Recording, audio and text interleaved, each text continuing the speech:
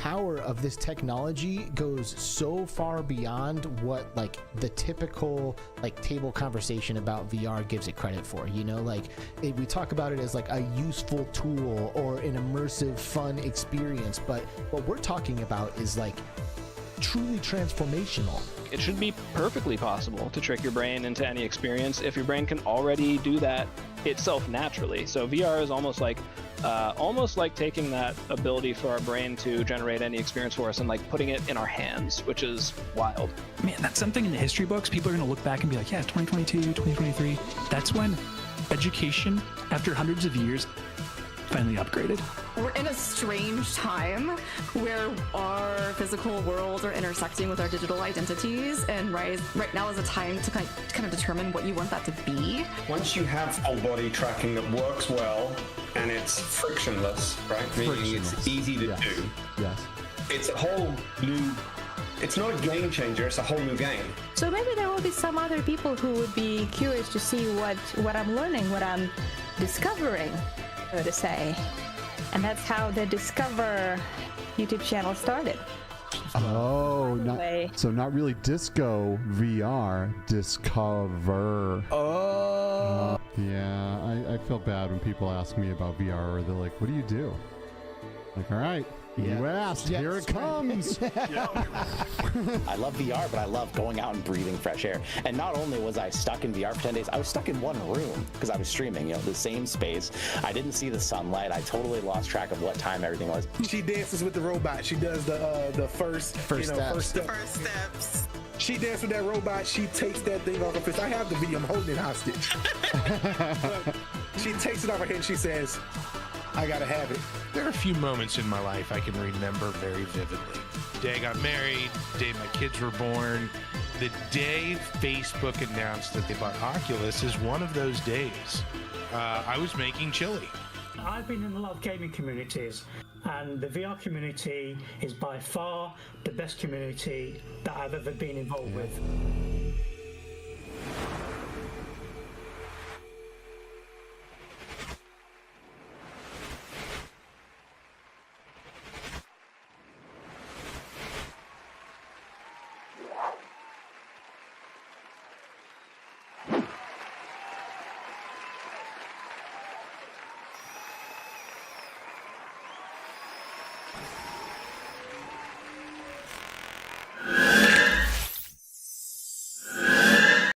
Hello, everyone, and welcome back to the Between Realities VR podcast.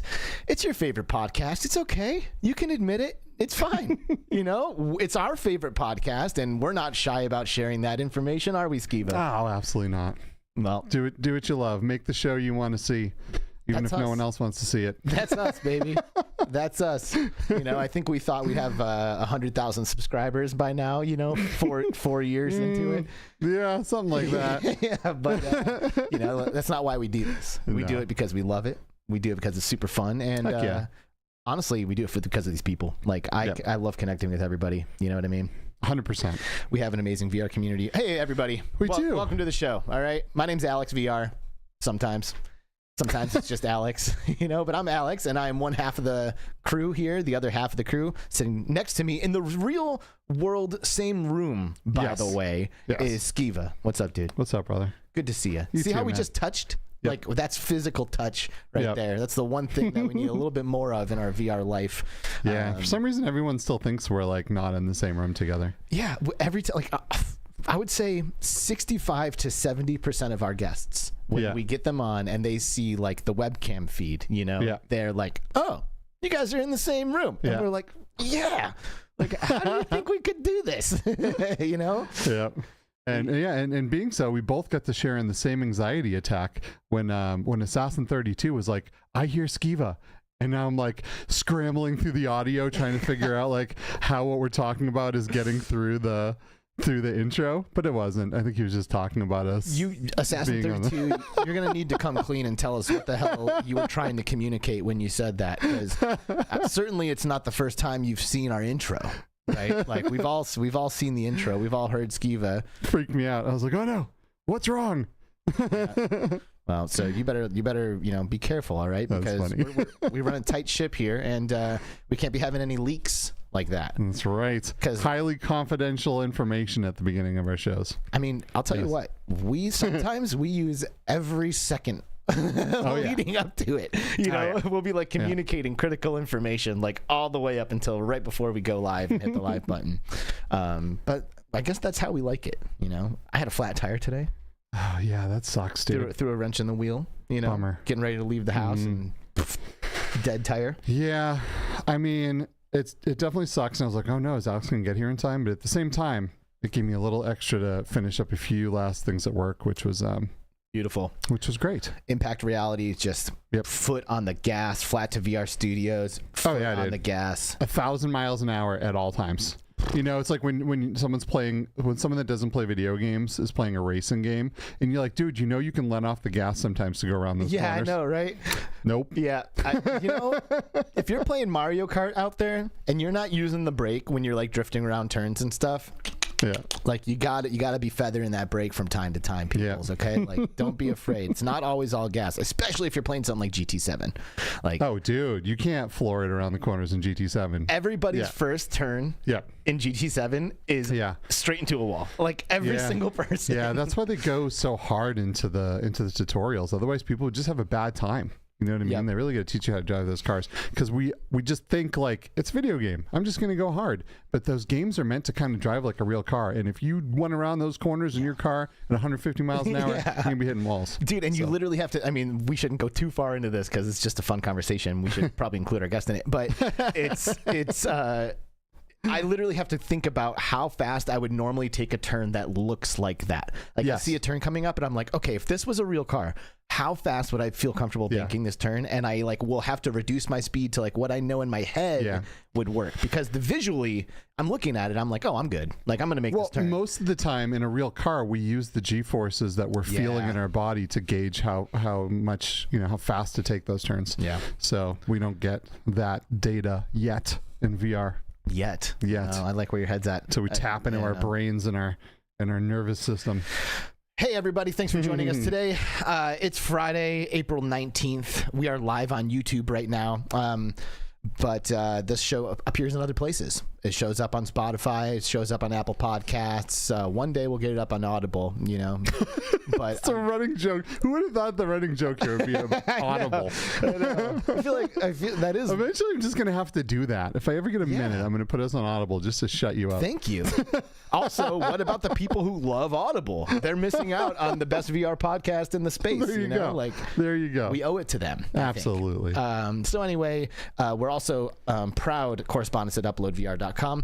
And maybe you've caught this episode on uploadvr.com. And if you have, that is incredible. Let us know in the comments if you did. That'd be cool. You know, like, hey, I came from Upload.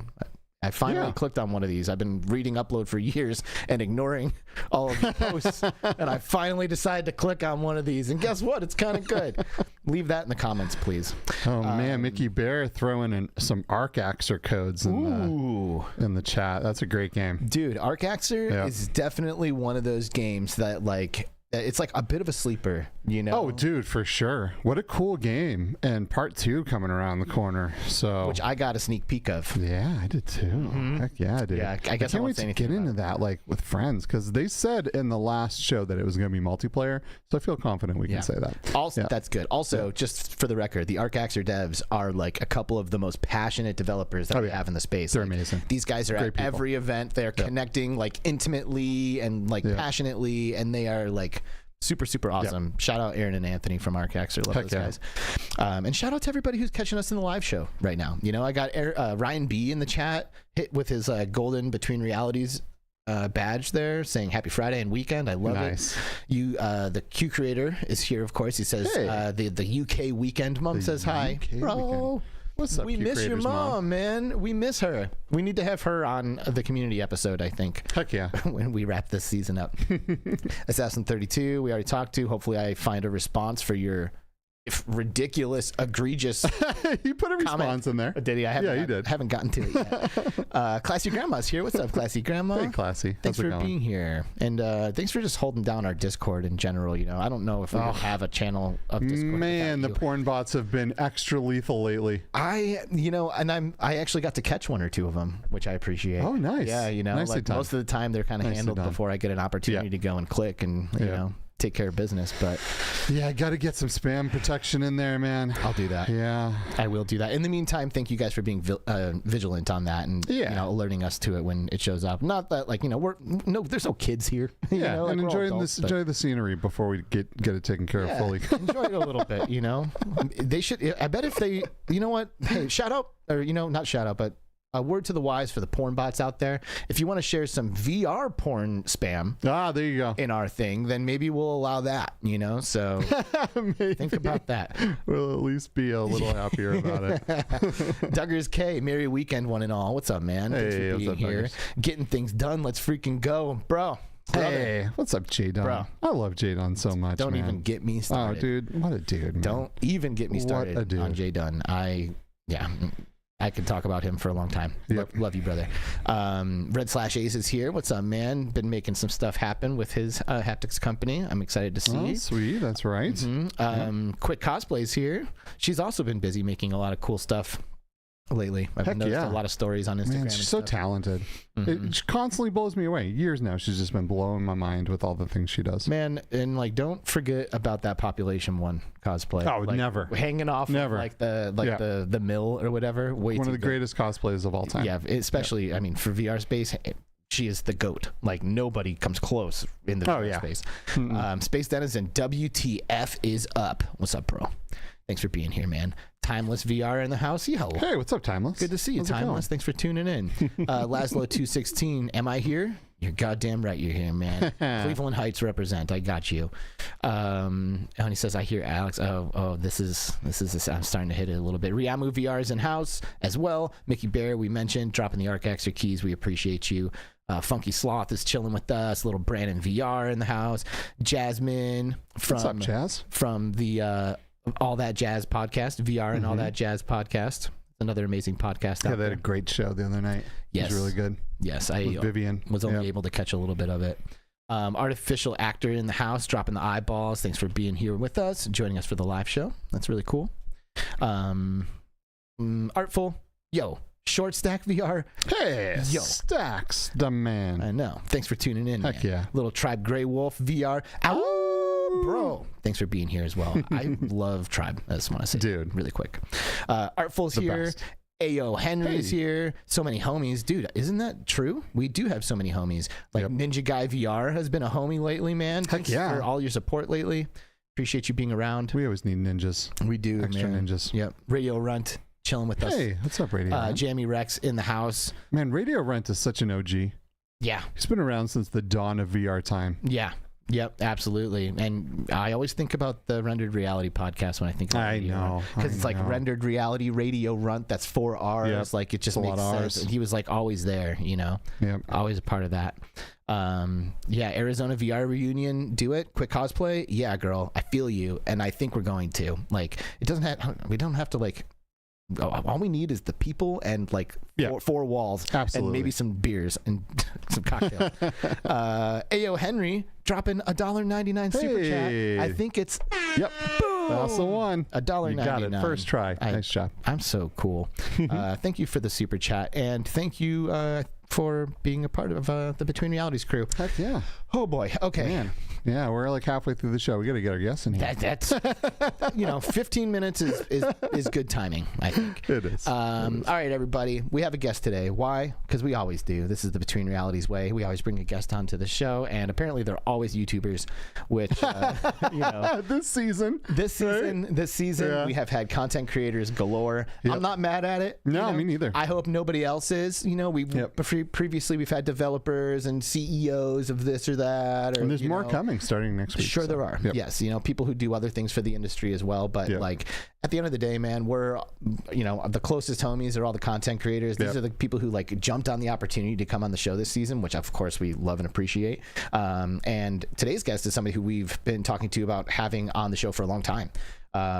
Feels like 2 years. Has it been 2 years since the Salt Lake City esports event put on by Val? That's a good question. It's got to be coming close. Well, maybe we'll ask him. But that's where we met and pretty much immediately became friends with this dude. He is like super down to earth, super approachable, just like humble, loving guy. Like I can't imagine anybody saying a bad word about him. And he makes like really good, engaging, like cinematic or episodic content that showcases VR gameplay. That is popular, you know, people are liking. And actually, he just came out with the Saints and Sinners video 2 days ago or something that is crushing. So nice. Let's get him on here. Everybody, please welcome to Between Realities, Awaken Toast. Yo, hey, what's going on, guys? Bro, what's up, man? So good to see you. It's good to be here, man. It's good to be here. Heck yeah. Here he is. You finally made it. You know, man, like, someone pulled him out of Contractor Showdown. Wow. Have you been living in there? It has been the addiction. I'm not kidding you. The days are counting down. I'm like putting the marks on the wall, just waiting for Showdown to release, man. Oh, man. It's awesome. One of the biggest releases in VR history is coming up. So what's the current deal with Showdown? Like, is it are they doing like weekend betas like they were, or like open servers, or what's the deal? So they were doing like some closed betas and then open betas leading up to release, but now we're just waiting. It's literally, I think April 25th is the big day. So it's coming. It's coming soon. Next week. It's going to be the biggest VR battle royales that we've ever seen. It's going to be incredible. Dang. So, you know, because I've heard this quite a bit. A lot of people are like, yo, Contractor Showdown, like this is the moment. Like this game is going to crush. It's going to be like the biggest game of the year. Like, do you think it's the biggest game of the year, or do you think it's like filling this niche really well? Like, you know, the battle royale. So the biggest thing about battle royales is that a lot of people want to do it, right? And there's a lot of games that attempt it and they do it decent. Like, you know, Population 1 is a great example.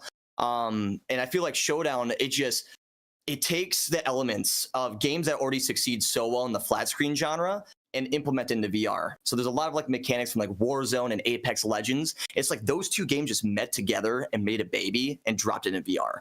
And with 60 players, not to mention, like how does that work on a Quest? It's actually unbelievable. That is so crazy. I know, because there's social platforms that can't get that many people in a room. You know, like just get them in the room together. I know. And you can't get it. And the size of the map is so absolutely massive. Ginormous. Yeah. It's insane how big that map is. And the fact that it looks as good as it does on standalone hardware, it just goes to show how far VR has come to like this point. I gotta say, I am so stoked for these devs. So for anyone that doesn't know K-Man Studios, like these guys have been grinding on contractors since the beginning.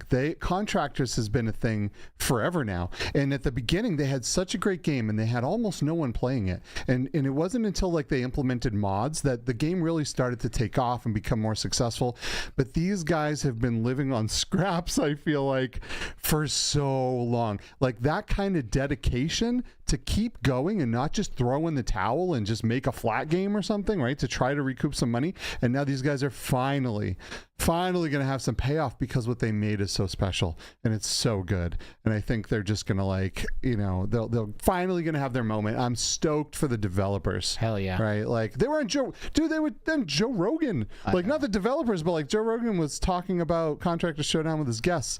Like that's just rad. That was unreal to think that it's in like that light of mainstream. Yeah. You know what I mean? Where it's even just being discussed. Yeah. You know, like this year alone has probably been like some of the most pivotal moments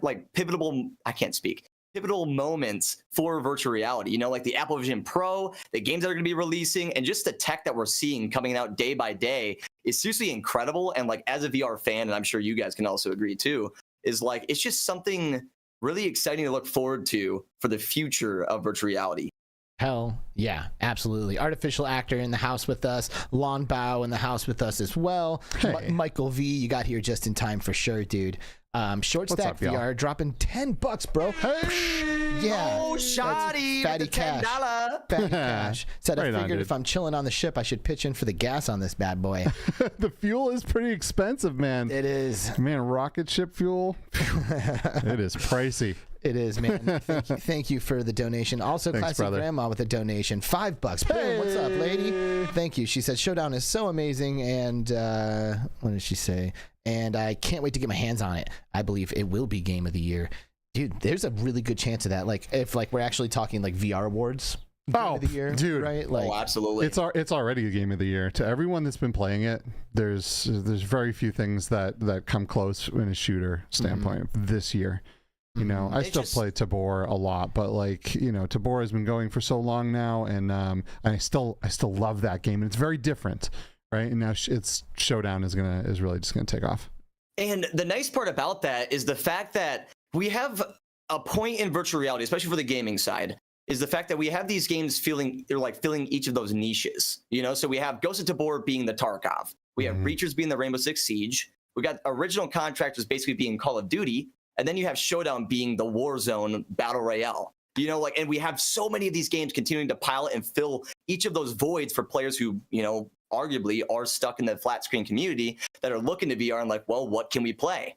And now it's starting to really build up that portfolio. And I think we're going to be seeing a huge wave coming in the years. You know, we got it all, baby. We got it all. Which is interesting, like, because when you basically just talked about like 4 genres, but all of those genres are multiplayer first-person shooters. Like, that is really interesting. Like, how much of like a literal and figurative army first-person shooter gamers actually are, you know, like that is like crazy numbers, like huge adoption of that genre of stuff. Because as you were saying that, I was thinking to myself, by the way, I did want to say hi to Mrs. Grey Wolf and Artful and somebody else who I saw in here and I didn't want to miss them. Mind Jive. Yeah. Nice. What's up, y'all? Thanks for being here. Thanks for coming. And Brand VR too. Hey. We love you guys. Thanks for hanging out with us. What was I saying? You were talking about first-person shooters and the little army. Yep. Yeah, and like you're saying, like we're starting to get all these really awesome games that are like filling these niches where like certain types of gamers can come into VR. And what came to mind immediately when you said that was Max Mustard being like that platformer, like Super Mario style game.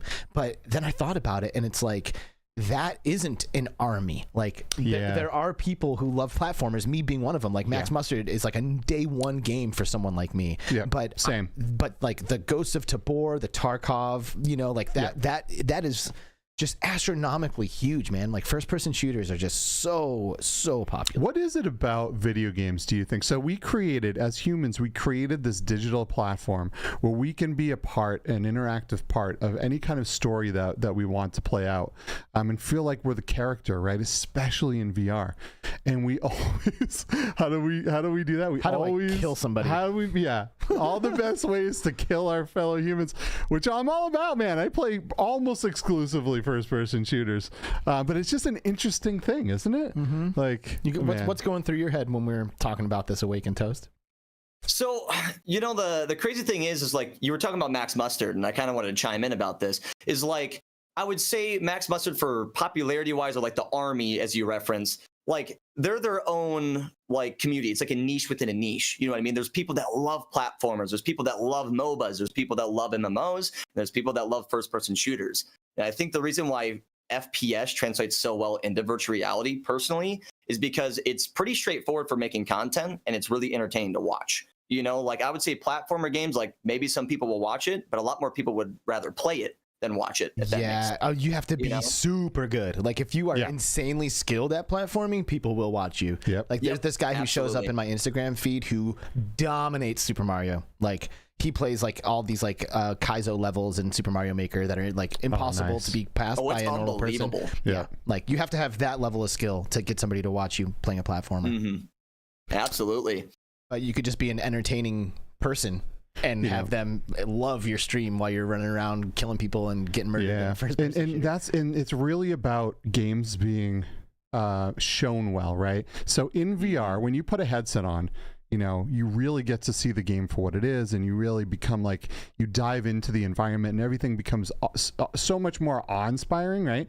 But like, in order to sell a game to someone that isn't in a headset, like, you're not going to walk up to every person and say, look at this game, and put a headset on their face. The game has to show well, and you have to be able to like have content creators make good entertainment content on it and have it be like really entertaining to watch. And if you can nail that, the game's going to sell very well. Like, you can watch people play Ghost of War all day, you never know what's going to happen. It really high intense you know, things that are going on in that game, people dying and losing all their stuff, or taking out, you know, just amazing things that happen in that game, and it's really entertaining to watch. And because of that, it's going to sell really well. So as a developer, if you want your game to really shine, it has to show well flat. You know what I mean? Yeah. Virtual Bros here. Also Eric from Q2C. Hey guys, just saying hi. Hey, what's up? Go ahead, dude. But yeah, I mean, just to chime in a bit, yeah, like when it comes down to content and like how to showcase games, one of the biggest things that, you know, the reason why I stick to the headset I use to my day by day is showcasing VR gameplay, and it's the Rift S. I have been using the Rift S for probably about 5 years really now. The Rift S release, I have been on the Rift. Yeah, this thing is my baby. Let me go and grab it quick. Let's see it. Right. Wow, this beautiful thing. It's falling apart because I got a different face gasket on it. But, look at the Apple stickers on there. 5 years. We got the Apple stickers. I was predicting the Vision Pro since I got it. I put those stickers on right away. Oh, that's hilarious. Okay, what a comfortable headset that is. Why? So what makes the Rift S so much better for content creation? So biggest thing is a lot of games, they don't implement streamer cams. And if you guys aren't familiar with streamer cams, I'll just do a quick rundown. Streamer cams are basically just like a smooth camera that help the gameplay be a lot more watchable for the viewer. And the Rift S, luckily enough, if games do not have that smooth cam option, you can zoom out the FOV to make it really, really wide, almost kind of like GoPro footage in a way, kind of like a fisheye lens, and gets just a lot wider of an FOV. And that's the reason why I stick to this headset, is because it's the most consistent for recording gameplays that way. Wow, interesting. See, I always would have thought it would have been like a Steam VR native headset, but you're right. There's no way to control the field of view and push it out on the social display unless you use a third-party tool like Live, but sometimes that can be inconsistent as well. So, man, that's a great bit of advice there. If you guys want to create some better content, you better be listening to Toasty here. Rifty. Yeah. Damn. Rifty. I'm surprised how long that thing's last, man. It's basically told the tale of time. It's pretty unreal. And I've been scavenging eBay and whatever to get like Quest 1 controllers and whatever, since they don't really send them out anymore. They're not even being manufactured. So I'm scavenging the world to collect basically all the Quest 1 and Rift S controllers. Wow. So that way you can just keep it going. I mean, I have to imagine that like at some point, like you just have to upgrade even if you lose this cam, right? Like, you know, Valve comes out with a new headset or whatever, and like everybody's jumping ship. Like you're gonna have to upgrade at some point. So do you only use the Rift S when you're creating content, but if you're just playing for yourself, do you hop in a different headset? So it kind of depends, because a lot of the time I'll just be recording anyways in case something crazy happens. I want to feature it. So a lot of the time I am on my Rift S, but if I was playing like, let's say Zenith, VR chat, whatever, and I'm using full body tracking, a lot of the time I opt in for the Valve Index compared to the Rift. The Valve Index has been also my second baby. I've been using that thing for 3.5 years now, I want to say. Nice. So nice, and that's my baby right there, man. I love the Valve Index so much. The weight of the headset from the front to the back is just, dude, it is. It's so comfortable. I love base station tracking over inside out tracking. I try all the time to use my Quest 3 to this day, but still the way I hold a gun in VR and the way the controllers go underneath my headset, there's always this like jitteriness to my, you know, and I'm just way more accurate with base station stuff. And I personally really like the Valve Index controllers. I know Alex hates them, but I really, for me, they're the controller. I absolutely love them. They're everything I need them to be. I'm with you, Alex. I'm with you on that. I wouldn't say I totally hate them. I like them for social platforms. Yes. But for like competitive shooters and stuff, it just gets uncomfortable. I get like calluses on my hands holding the controllers. It's bad. See, my hands get clammy. I prefer the buttons. I like having just feedback of clicking a button and knowing it's going to do something. Yes, exactly. Yeah. My hands get clammy, dude. And like if I'm playing something like Population 1, I am with a controller, I can fling myself up a side of a building really, really well. But with the Index, it's like like sticky. Like you're on glue. Yeah. I feel it. If you took the index and you added grip buttons, they would be the perfect controller for me. I would be in. Yeah. Now I just like the way it sits in my hand, and I will tell you that stock I cannot use the index controllers, but Valve themselves put out these 3D printable files that are for bigger hands, and they clip very nicely onto the controller. And since putting those things on my controllers, they have been the most comfortable controllers I've ever owned. I didn't realize that Valve themselves put that file out there. That's pretty they made cool. those. Yeah, that is pretty cool. They did, and they didn't advertise it really at all. Right, which is too bad. Eric, they should have sold them. Q2C VR. Hey, what's up, Eric? He dropped 5 Between Realities memberships. Oh, thanks, dude. Yeah, it's pretty dope. Let's go. Brand VR, Mrs. Grey Wolf, Ninja Guy VR, Artful, and Random Toxie, the Eraserhead baby game cat, who was trying to lurk. Just like Don back on the crewcast, getting called out here. Congratulations on the memberships, and thank you for your support, Eric. Nice. Appreciate you. Nice. Thanks so much, dude. So, Toasty, you, sir, mentioned Zenith. I'm going to be pronouncing it Zenith during this conversation. I'm okay if the two of us have different pronunciations for the entirety of it. Don't feel like you have to jump over to my shit.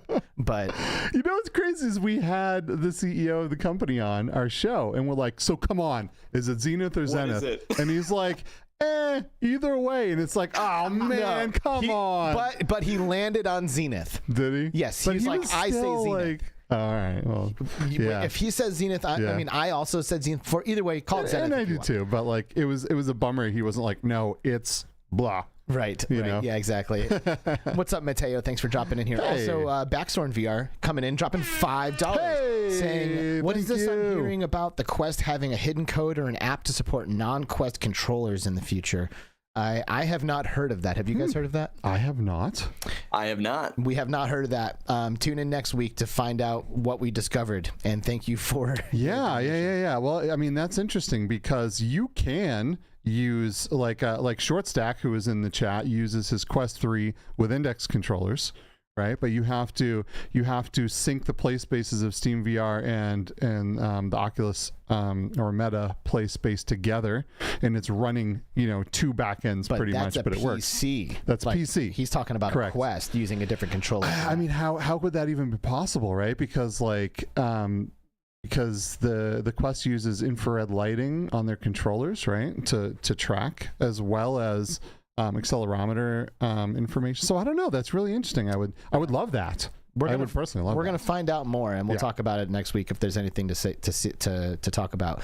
Florian Farnberger coming in here, bro. Dude, so good to see you, man. It's been a long time. Heck yeah. He says he. Wow, it has been a minute, dude. Yeah, choir practice. Heck yeah. I met Florian at Gamescom. I'm so jealous. Wait, is that Florian the OWO guy? The guy who does like a lot of OWO stuff? I want to say. Well, I don't think so. Because he's a haptics guy. He's a haptics guy, yeah, and he did all of the like really good mods for BHaptics. Not all of them, but a good majority of them. He was the one behind the Until You Fall. And if that's you, man, much love. You're the man. Super fun to try out. If he is, I did not realize he was doing profiles for OWO. If it's not, then hilarious that we've gone this far. Yeah. Florian, you'll have to let us know. Yeah. So anyway, I want to bring it back to Zenith for a second. Can you tell me what is going on? Because I'm like looking at it and I can see that like they're like putting out this new game mode or whatever, and then I go to download it on PlayStation VR and it's just not on the store. And then like my chat's like, oh no, that's because I forget where we saw it, but like then there was like, it was down on the store and they're re-adding it, and then they re-add it, and then somebody else tells me that Zenith is done, that they ran out of money and that the company's dying, and I was like, well, what the hell? That doesn't sound right. And then I see them update on PlayStation again, and so like, do you know what is going on? To be completely straightforward, I do not know the ins and outs of how that works. All I know is that there's a lot of drama in that community, and I was one that was directly affected by it, as well as a lot of the other fellow grinders of Zenith. To keep it short and sweet, or short and simple rather, Zenith they went off to do their own like not roguelike, but kind of more of a co-op experience, right? They wanted to basically build this free-to-play experience to acquire more users to then hopefully transfer them to TLC or The Last City. And doing this, instead of, possibly making The Last City free to play and allowing people to try that game to a certain point, they basically abandoned their identity and aren't updating the main game for a while. They're putting it on ice. At least that's their words. And to a lot of us in the community who really truthfully care about the game and put thousands of hours in, it just felt kind of like a stab, you know? And it's unfortunate to see, because that game, leading up from alphas to betas to launch, had arguably some of the most potential for a VR MMO. And it still can be. It still can be. It's just a matter of them kind of locking in and, you know, getting back to their roots and really understanding their identity of what the community wants. Yeah, and their player base, I guess, right? Like, yeah, like you were saying, and what the community wants, because I love MMORPGs, you know, like there is not a better genre, frankly, in my opinion. It is the king of video games. Like the deepest, most rich, most enthralling, encapsulating experiences are MMOs. And I loved the Zenith experience until I hit level 40. Same. You know, I stopped right at 40. Right. I was like, and that's if I could have gone to 100, I would have. Yep. Same. So I think you can see where I'm going with this. Yeah, it's tough because, you know, you could say it was story direction, you could say it was lack of content, you could say so many different things, but to tackle the monolith of an MMO in the VR industry is already a tough feat on its own. Yeah. So you know, there's so many different factors that could go into actually developing it that I personally probably don't know about. But I just wish the execution was better. That's all I could say. Dang. So have you checked out the new stuff, like the single player thing or whatever? I ran a little bit, but it wasn't for me. Wow. You know, it was very, to me, it was, again, it's just a loss of identity. You know, it's like, this is like, I looked at those trailers that they released even recently on their new realms and stuff. And I'm like, dude, they look rad. Why are they not in the real game? These things are so cool. Like we should have just thrown that in the actual game and had like maybe a little selection option where you could go into these co-op things as dungeons. You know, why are we not incorporating that into the main game if you're already putting the time in? Well, have you played other MMORPGs? Like, have you played other MMOs when you were younger? So this is the crazy thing. I grew up as a FPS head, and I'm sure you know that was Showdown and all that. Yeah. But yeah, I was Call of Duty, like through and through. I was like, oh, I'm a cool kid. I play Call of Duty, and that's all I do.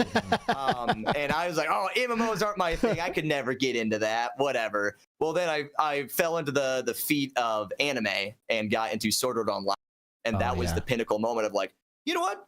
Maybe MMOs are kind of like not bad. I'll check it out. And that's actually what influenced me to get into VR. I saw Zenith's Kickstarter as this SAO VR, and that's what like basically got me into buying my first ever headset. No way. So, wow, that's interesting. And I think that's why it resonates with me so much that, you know, where Zenith is going is because it was the very thing that got me into this genre. Wow. You know? Yeah. You know, that is so interesting. And I've played a lot of MMOs. Well, I'm not like a hardcore MMO player, but I've played some EverQuest. I've played some World of Warcraft, you know, and I've messed around with some others here and there. And I think that the formula for like a legit like MMO gameplay loop is pretty well understood. You know, and I think even end game content is pretty well understood in terms of like how you can just keep people coming into the game, you know, and like I think they could have done something, a couple of things that would be very simple, very easy to integrate that would have kept people logging in, you know, like more like rare spawns, you know, something like that. Like rare spawn is huge. Like if I know that there's a chance that when I walk through this section of the game, this mob will be up and it's contested, and if I drop that thing, I get a piece of loot that when I'm walking around wearing it, you know that I killed that rare spawn. Dude, that's a done deal. Like I am in there searching for that rare spawn once a day. You know what I mean? Like, or like world bosses, you know, I know that they had some of that stuff, but it just seems like, I don't know. I mean, they made it, you know, and they like MMOs. That's why they made the game. So I have to imagine that like their intentions are pure and that, you know, they've like really tried to think well about how they can keep it. But yeah. It's tough because I'm with you with that. It's like you got to give players incentive to come back. And that's something that's tough across the board for a lot of virtual reality titles, because you can look at so many games and, you know, they might mimic formulas from other titles and whatever. But the thing is like if it's an arcade experience that someone plays once and doesn't pick up again, you're not going to keep that player acquisition. Yeah. You know, you're not going to keep that up because people aren't going to keep inviting their friends to come and play this because there's really no reason to, you know? And if Zenith did have, like you said, you know, the rare spawns where it's like only so many people had it, and it's like you have to sit and grind, people would do it. I guarantee people will do it. And it's like when you see someone with it, it's like, that's so cool. How do I get it? And it starts to talk and it gets people hyped, you know, and compared to something where everyone can just get it off of just doing a main story quest or whatever, you know, like it was very linear. And I think that was one of my biggest issues with it as well. Yeah.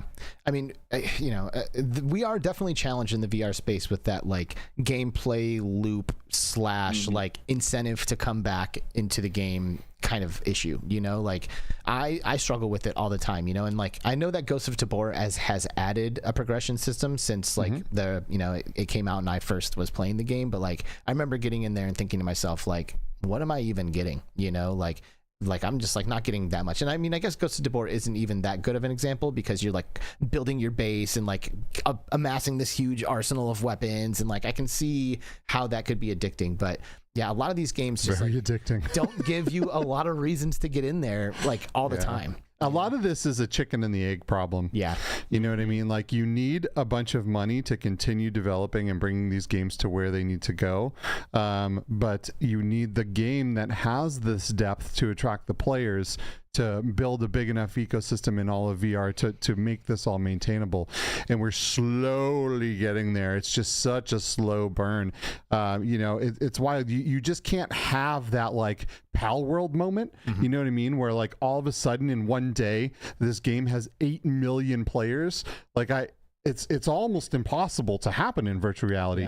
You know what I mean? But that's almost like those types of hits are what enable games to be able to like take that cash revenue, hire more developers, get a large squad of people on like really like flushing these games out and making them what they need to be. And it's really hard to build this stuff up with the money that's in your own pocket and hoping to get investors and stuff to like be able to have the capital to build this stuff. So total chicken and the egg thing, we are getting there. We're pushing through it.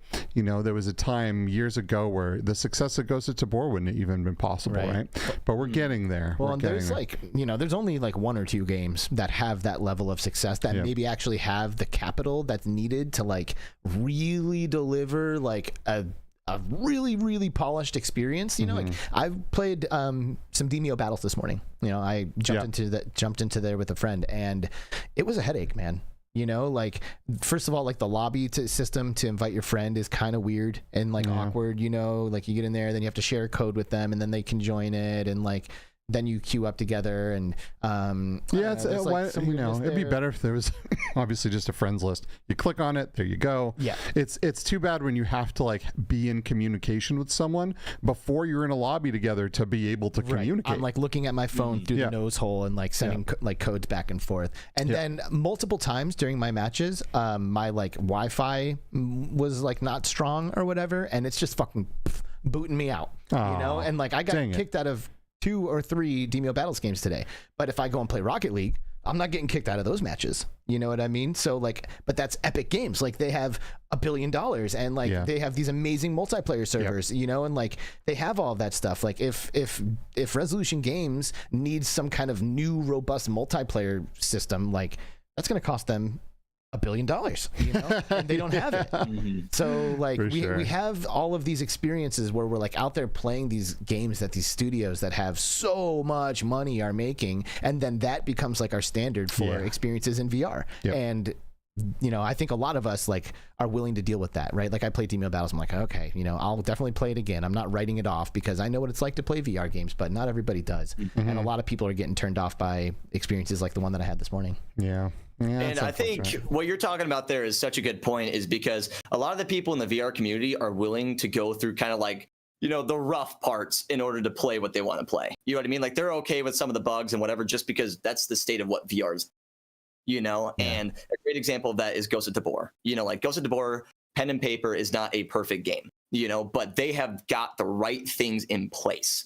You know, they basically took a super mainstream idea with Tarkov and they implemented that into VR because the idea works on flat screen. There's obviously an audience and people that want that. So why not put that in VR? And then, you know, there are some bugs there that sometimes can turn off some players, but a lot of people are willing to go back, keep trying because it's what we have and it's where we're at in VR, you know, but you know, and what comes to my mind is After the Fall. because like there are people who were running like exploits in After the Fall where they're like getting up on ceilings and just firing down on a crowd, but like unlimited ammo. Yeah, but I can look the other way. Like I am looking the other way. Like I'm not using these exploits. Like I love that game so much. Like I want to play it the way it's intended, you know? So like that is not a game breaking bug for me, because I am the type of gamer that like is not going to be taking advantage of an exploit like that. Man, and shout out to After the Fall for just coming out of the blue and dropping a brand new update with a new gun, 3 new maps for Horde mode. Like, what the heck? I run their Discord, and you know, still what? I am the full admin in there. I could delete the Discord if I wanted to, right? But like, and I still talk to those guys all the time and do some work with them through Impact, and but I didn't even know that was coming. They didn't even tell me. They're just like, boom. Everyone was like, hey, let's go. So I will be playing some After the Fall this weekend. Well, hit like me up. For reals. So if you're down, yeah, absolutely. I love that game. That game is still one of my favorite video games of all time. Me too. It's so good.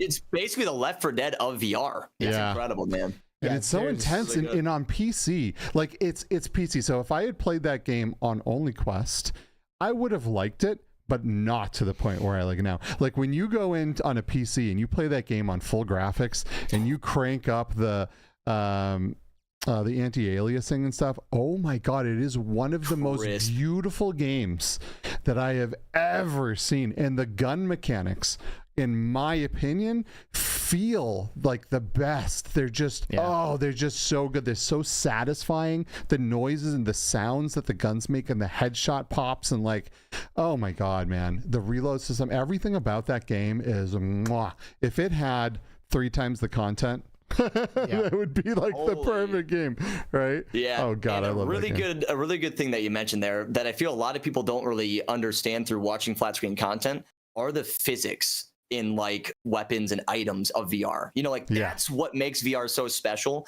is when you pick up an AK and you can like almost feel kind of a sway because the weight of the weapon, or you take a fire axe from Saints and Sinners and you slash a zombie with it, you know, you feel it and you have to pull it back out and like use your body. You know, it's incredible stuff. And After the Fall is a great example. Like, I mean, like you said, the anti-aliasing where it just makes it crystal clear. It looks so good. And then the blood on the snow when you're just taking down hordes, man. It just the game all in its entirety is just so well done. You know, it's very, very well done. It really is, man. Like you walk into a space and it's white, and then when you're done in there, it's just red. And there's piles of bodies. And that's another thing you don't get on the Quest version. The Quest version cannot handle all of those dead NPCs. Dude, they are 2 different games to me. They're completely different games. Yeah, they really are. It is so good on PC. Like, if you haven't played it on PC, I'm sorry, because you really are missing out. It is so good on PC. Absolutely phenomenal. And it's pretty dang good on PSVR too, by the way.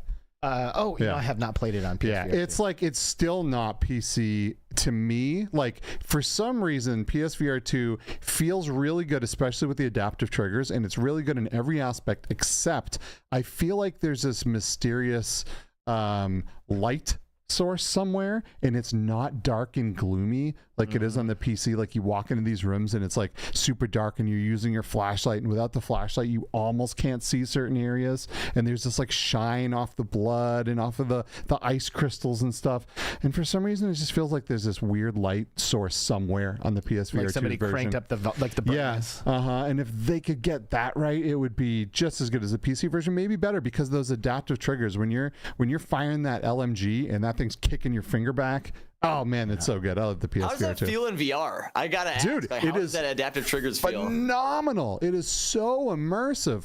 Like, when have you fired real weapons before? Oh yeah. Yeah. So know when you're clicking that, even if you're holding down a fully automatic weapon, that thing is trying to kick your finger back. And when you're like in VR and that trigger is acting like it does with a real gun, and then on top of it you have like face haptics, or you know, if it's a bHaptics enabled game, you feel it in your body, and like, oh my god, it just brings the immersion level up so much. Feeling the tension in things with those triggers, man, the PSVR 2 is so good, and it's such a missed opportunity opportunity with the amount of support it's getting. That's truly special to hear, man, because like, you know, each and every single day, I think a lot of us as enthusiasts and fans of the VR genre are just looking for more ways to get immersed and be in the world, right? Like, we're not only playing the game, we're in it. And I think that's what makes VR special, is like, you are that person, you are that character, and you are in the embodiment of the person. Totally. Right? So it's like when you get things like you said with the PSVR 2, where you're feeling those adaptive triggers and feeling the feedback of an LMG kicking, like, that sounds cool. I definitely need to check it out. Dude, that's awesome. I've got three points to make. First one is SoulBC dropping $5. Hey, Soul the homie. Thanks for rolling through, man. He's on the Ghost of DeBoer team, and he's an amazing supporter here. And just a good guy. Yep. $4.99. Much love to Between Realities and Awaken Toast. Thank you, bro. Appreciate Love you, dude. Second thing is on the point of like being embodied in the experience. One of my favorite things to do is have one of those physics interactions, but with someone else. Like I love using my juice booster on you. You know, like that feels so good. Like it does feel good to like hit your own arm, but I love pulling that thing out and like running at my friend, you know, and bam, hitting them with it, and they get a heal. You know, like, I love having those interactions as multiplayer interactions. So I gotta ask you, Alex, directly here. So if you like the physics interactions between players, have you had the chance to try Bone Lab Fusion yet? No. Bone Lab Fusion? Freaking Hannah, we gotta get you in, man. So it is Bone Lab with all the physics, all the interactions, but you can play multiplayer with friends. And it's like to the T scale of I drop an item somewhere, you see exactly where it's at, you can pick it up, throw it back at me, and I can grab it exactly where you put it. Is this a mod? Yeah, it's a mod. Oh, and nice. It is unbelievable, dude. It runs off of Steam servers. I don't know how it's possible, but it does. Wow. when multiplayer in Bone Lab first came out, like the first couple days, me and Tribe Grey Wolf were in there, and at that time it was still very janky, but that's what made it like pretty fun, is like, oh, I threw that thing at you and it's right there. And he's like, no, it's way over there. And like, it was just completely so jank. But that was so long ago that I can't imagine where it's at now. I got to get back in there and check it out. Oh, it's incredible. Man, Bone Lab and PotamWorks. Oh, so good. Such good games. Dang. Especially as a sandbox fan. Okay, well, you know, send me the invite, bro, and I'm there. Heck like, yeah. I would love to come in there and check that out with you and have you throw some boxes at me. Man, we've been talking so much about immersion. It makes me wonder. I want to know, like, the first time, so you're at home, you're playing Call of Duty on your flat screen, you're watching, like, you get into this anime that's all about like getting into VR and people getting stuck in there, and then if they get killed, they die in real life, right? And then you're like, I'm gonna get a VR headset. And you do, and you put that thing on. What is Awaken Toast's moment when you first look through a VR headset and you're looking around? What was that like? So it's really funny. This is the thing that won me over. So do you guys know, I think it's called First Contact on the Oculus? Yep. Where like, or first, I can't. Well, there's two of them. There's First Steps and First Contact. Yeah. You're in like a trailer and there's a robot, right? Yeah, there's a little robot, and you have the trays, a little 3D printer thing, and you're messing around with items, and you're just in that world, right? And I'm sitting there like playing around with these things, and there was a can, right? And I knocked the can off the desk, and it tinks, falls over, and it hits the ground. I'm like, oh crap! Well, I dropped the can. So I go and lean down, pick it back up, and I go to put it on my desk. And when I went to put it on my desk, I thought it was a physical thing, so I leaned on it and I just biff it. Nice. I biffed it because I generally thought I was putting it on my desk, and then I was like. I sat here for a second. I lift the headset. I'm like, there's no way I just thought that. I was like, I'm going to love this. Dude. And then right after that, I dove into the world of Pavlov. Okay? So really high intensity.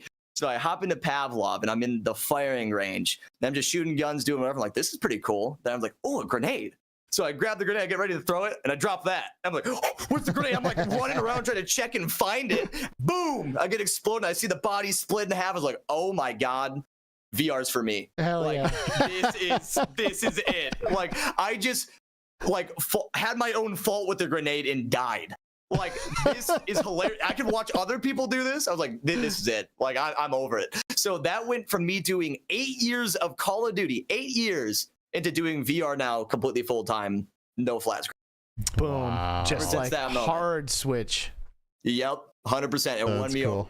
That's amazing, man. Were there and you know, stop me if this isn't public or you don't want to talk about it, but I feel like there is also some physical things with VR that has kind of improved your life and your gaming experience as well. Yeah. Yeah, I think we had a conversation about this in Utah, and I'm totally open to talking about this. Nice. So when I was born with an eye genetic disorder, which basically, like, I've lost a lot of my vision. My visual acuity is very, very bad. I haven't been able to drive all my life. So my vision has just been very poor. And telling, like, details on people's faces, just details of a lot of objects, my everyday life has always been a little bit tougher on that. But I've learned to accept it. It's just, you know, I can't change it. It's just how it is. So when I hopped into VR, and one of the experiences that really, like, blew my mind, and actually, like, I got emotional about this, was Kayak VR, Kayak Mirage. Yeah. That game was gorgeous, right? Oh, and it's you so just sit on a kayak, super chill. And when I sat in there and I looked at my headset, I was looking around, and I saw the purity of the water and the fish, and, like, I felt like I could take in every single detail. Got really emotional about it because it was like, I feel like even in real life, I've never seen as good as I did compared to what I've seen in, you know, and that was special to me. And it's like, and that's something that I strive to keep feeling and feeling and feeling in VR. And I think that's why I'm so deeply invested in it, is because people like me and, you know, other people with disabilities, disorders, you name it, can also find a lot of benefits in VR. Like people who are, you know, paraplegic and they can't move like their legs, but are able to walk in virtual reality. You know, it can be an escape in a lot of ways for those people. And for me, it's with my vision. So yeah, it has a very, very strong feeling for me with that. Wow. So like, before you put the headset on, like, what is your vision like? Like, is it like a nearsighted, farsighted kind of thing, you know, or is it everything? Like, so it's a bit tough to explain, because this is actually, like, it's all to do with my retina. So I basically had tearing in my retina that has caused losses of my vision. So I have floaters everywhere, black spots. And then obviously just, you know, distance is tough. So anything, like, let's say within my room of like 5 to 10 feet, if there's lettering on it, I probably won't be able to read it. So it's pretty bad. But with VR, I'm able to see a lot of those things a lot easier, because I actually don't really know why I can't, but I just can. Yeah, that's right. Yeah, one of my speculations has to be is the fact that in the real world, my eye is taking in so many different aspects of shading, lighting, this, that, the other, while a game is a 2D representation of that in a 3D world, you know? And I don't know if that is it or what. I really need to study the psychology of it, because it's really right. Because like nearsighted and far, I feel like I've heard that like nearsighted and farsightedness exists in VR. Like, yeah, but so if you can see things up close, that screen is just a few inches from your eyes, and then the lenses kind of give off this perception of distance, right? And then there's the 3D-ness of it. So you feeling like you're looking way down a field in Ghost of Tabor, and you're seeing someone through the trees down there, but you're really just seeing a screen that's just a few inches right in front of your eyes. Right. So if you can see things kind of up close, I bet that would have something to do with why your vision is so much better in virtual reality. That's pretty wild. So that makes me wonder, like, in the future, would we be able to improve people's vision dramatically by using like some kind of color pass-through system, like some high quality pass-through system on some regular, you know, pair of sunglasses, when we have ultra high resolution cameras that can pass through in low latency? I would imagine that's really going to be able to like bring people's vision to a whole new level, that have the type of vision disorder that you have, or maybe even many others as well. Your eyes are messed up. Like, you have to wear glasses in the headset, or have the corrective lenses installed in your things. Like, your vision problems exist in VR. They do, and I have to have prescription lenses on my, like, in my headset. All my headsets have prescription lens inserts. Which, if you wear glasses, by the way, and you do not have inserts, and you're shoving your glasses in there, man, the best thing you could ever do is get inserts, because like when the IPD of your glasses is off from the IPD of the lenses in the headset, it distorts things and it doesn't look super clear, and you don't even realize it. And then you put a headset on where you have corrective lenses inside the headset, and it is a whole new experience of high definition VR gaming. It's absolutely wild. But some people I know do not need their glasses at all, or corrective lenses in there, because they are farsighted, I think, and they can see perfectly up close. So they do not wear their glasses in there. It actually makes it worse for them. So it's interesting to, you know, these types of things and how it affects people in a headset. and maybe some of the things in the future that it'll be able to help with from a medical standpoint.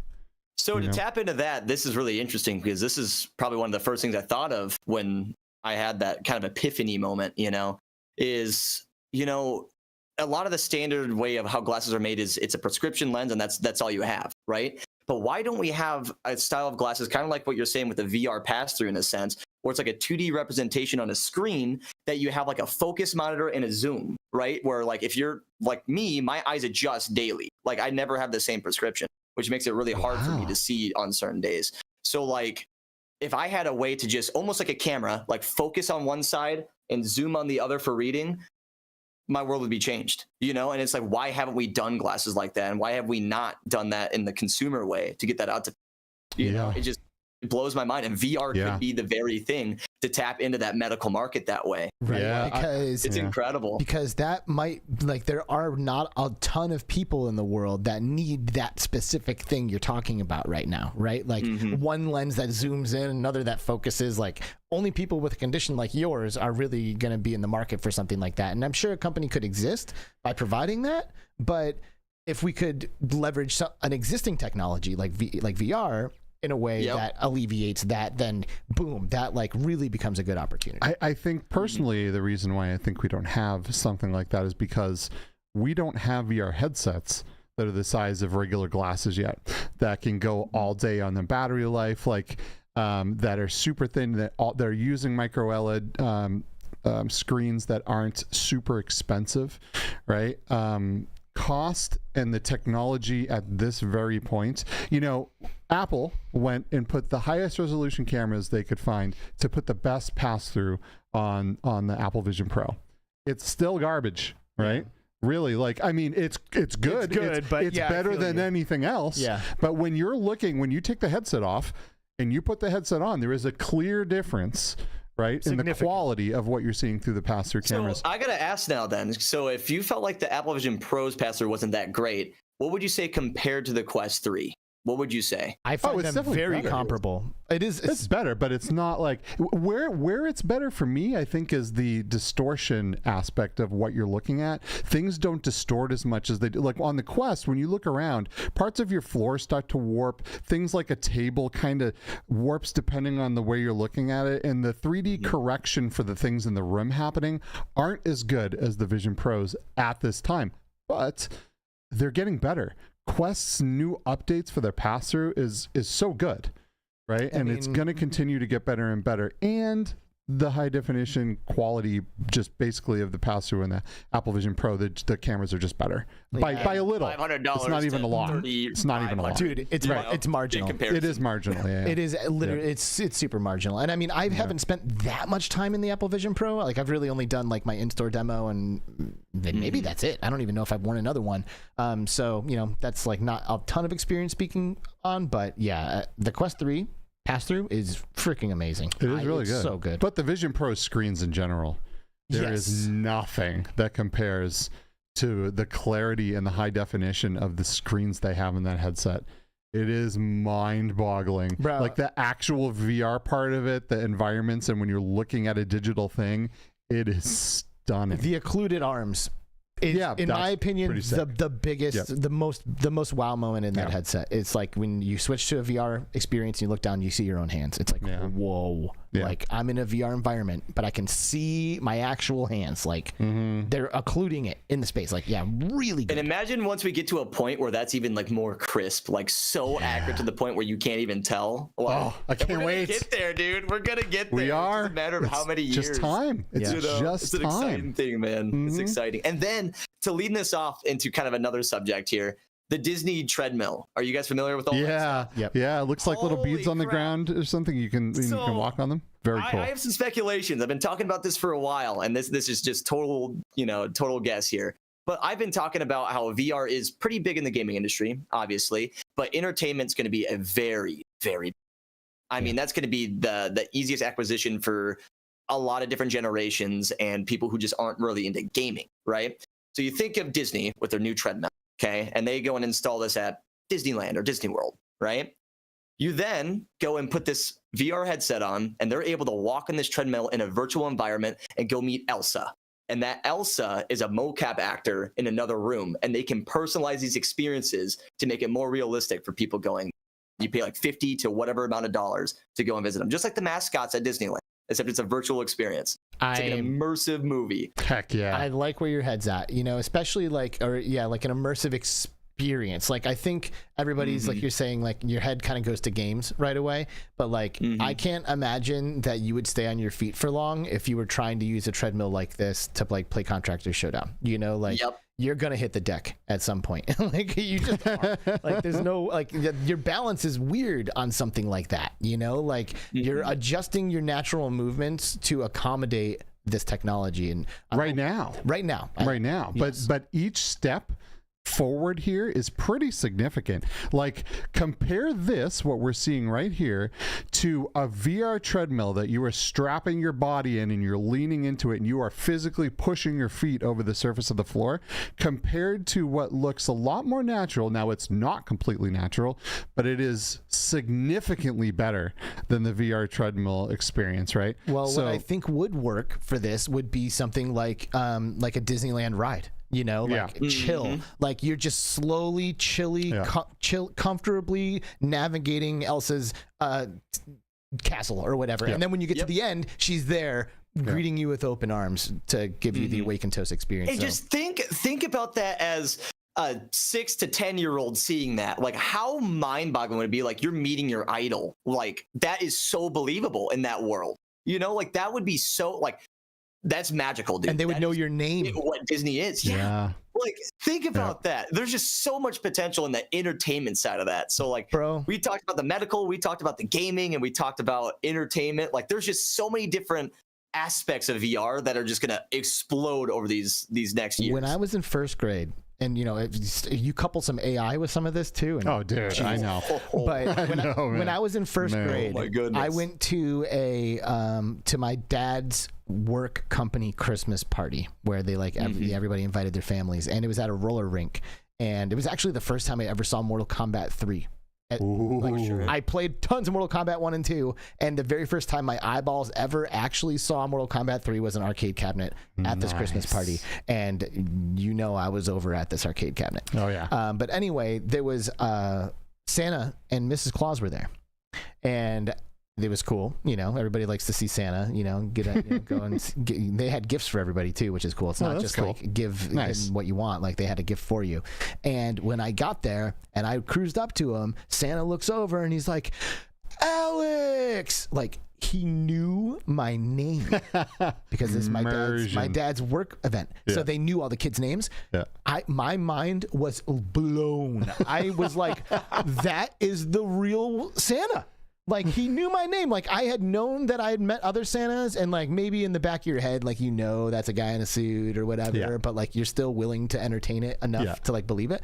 When he knew my name, it was over. Like I was blown away by that experience, and I will never forget it. And I think what we're talking on is like tapping into that moment for me as a kid, like where I had to be like with a real world actor, and they had to know my dad to like pull that off. Like now, either with an AI or with a scheduled virtual, you know, live mocap experience, you can have that personalized event as a kid with somebody who's your hero, like Santa Claus or Elsa or whatever, and that's just gonna like transform you don't need childhoods. You don't need the live mocap thing either. You don't need a person, because as the person is walking in, you can put in their name, they get in the experience, and it's AI driven.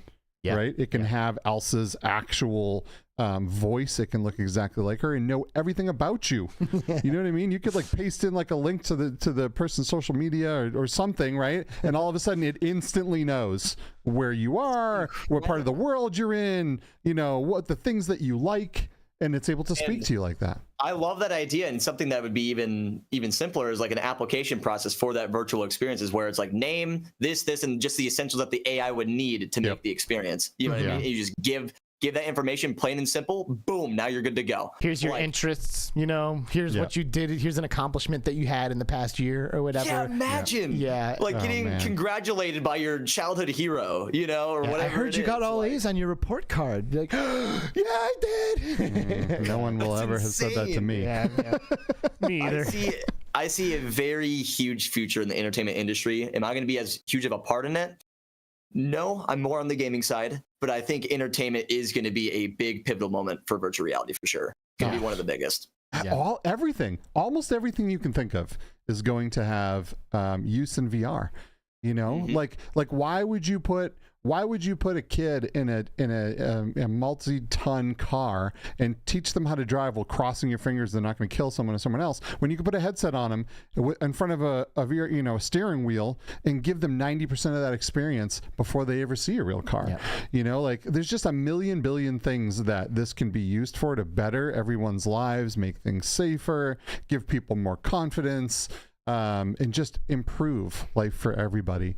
I love the gaming part. It's absolutely my favorite, but there is no limit to where VR is going to change the world. It's just not. VR and AI will be the biggest transformative technologies the world has ever seen since fire. Yeah. Period. I love it. I love to hear that, man. Like that just sent chills down my spine, because it's like, you know, I agree with that so wholeheartedly, and I'm sure that there's so many other people in this industry that feel the same. So that's really cool to hear you say that. Yeah, that's and awesome. you know, like, and for a lot of us, like I wasn't a content creator until VR, like, and it affected me so profoundly that like it put me on this path to like becoming a part of it, you know. But it's always awesome when like there was somebody like you who was already a content creator and just like still had like a similar experience. Like, oh, looks like I'm making different content now, you know. Like it's there's like the people who were inspired to get started because they loved VR so much, and then there's people like you whose paths just changed, and you know their focus changed once they got into it, which I also love. Yeah. I mean, it's pretty incredible, and I cannot say that, you know, VR couldn't have come in a better time. Like when I got my first headset and checked out the games, like there was already a plethora of stuff to choose from. You know, like it was just right place, right time, and yeah, I mean, it's changed my life, and I'm sure it's going to change millions of others. So I think that's the incredible part about virtual reality. What's KRNG? Carnage. Hey, okay. Carnage. Backstory. Oh my goodness. So these are my boys. So like I told you, I grew up with Call of Duty, and during the phase of Call of Duty Black Ops 4, I went for a challenge of hitting 100,000 headshots, and that took me like 50 days worth of in-game time to do. Wow. It was ridiculous. So during this grind, I had a few of those guys from Carnage actually support me during it, and they're kind of like a Call of Duty clan in a way, is what they call them at that time. But now they're more looked at as an org.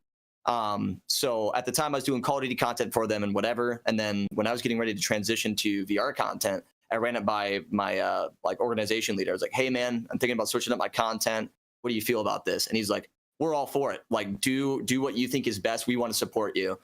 So even though I joined the team off of Call of Duty, and that's kind of what my part was, yet he was a leader who was willing to kind of let me step out of the nest and do my own and still support me, you know. So I'm still a part of that group because they are some of the kindest, most like down to earth people I've met, like in that gaming side. I love it. And this is just like, it's basically just a clan. It's not like an esports team, not like hyper competitive. Not esports, not like professional, right. But definitely an org for sure. Because yeah, they've built a really good foundation.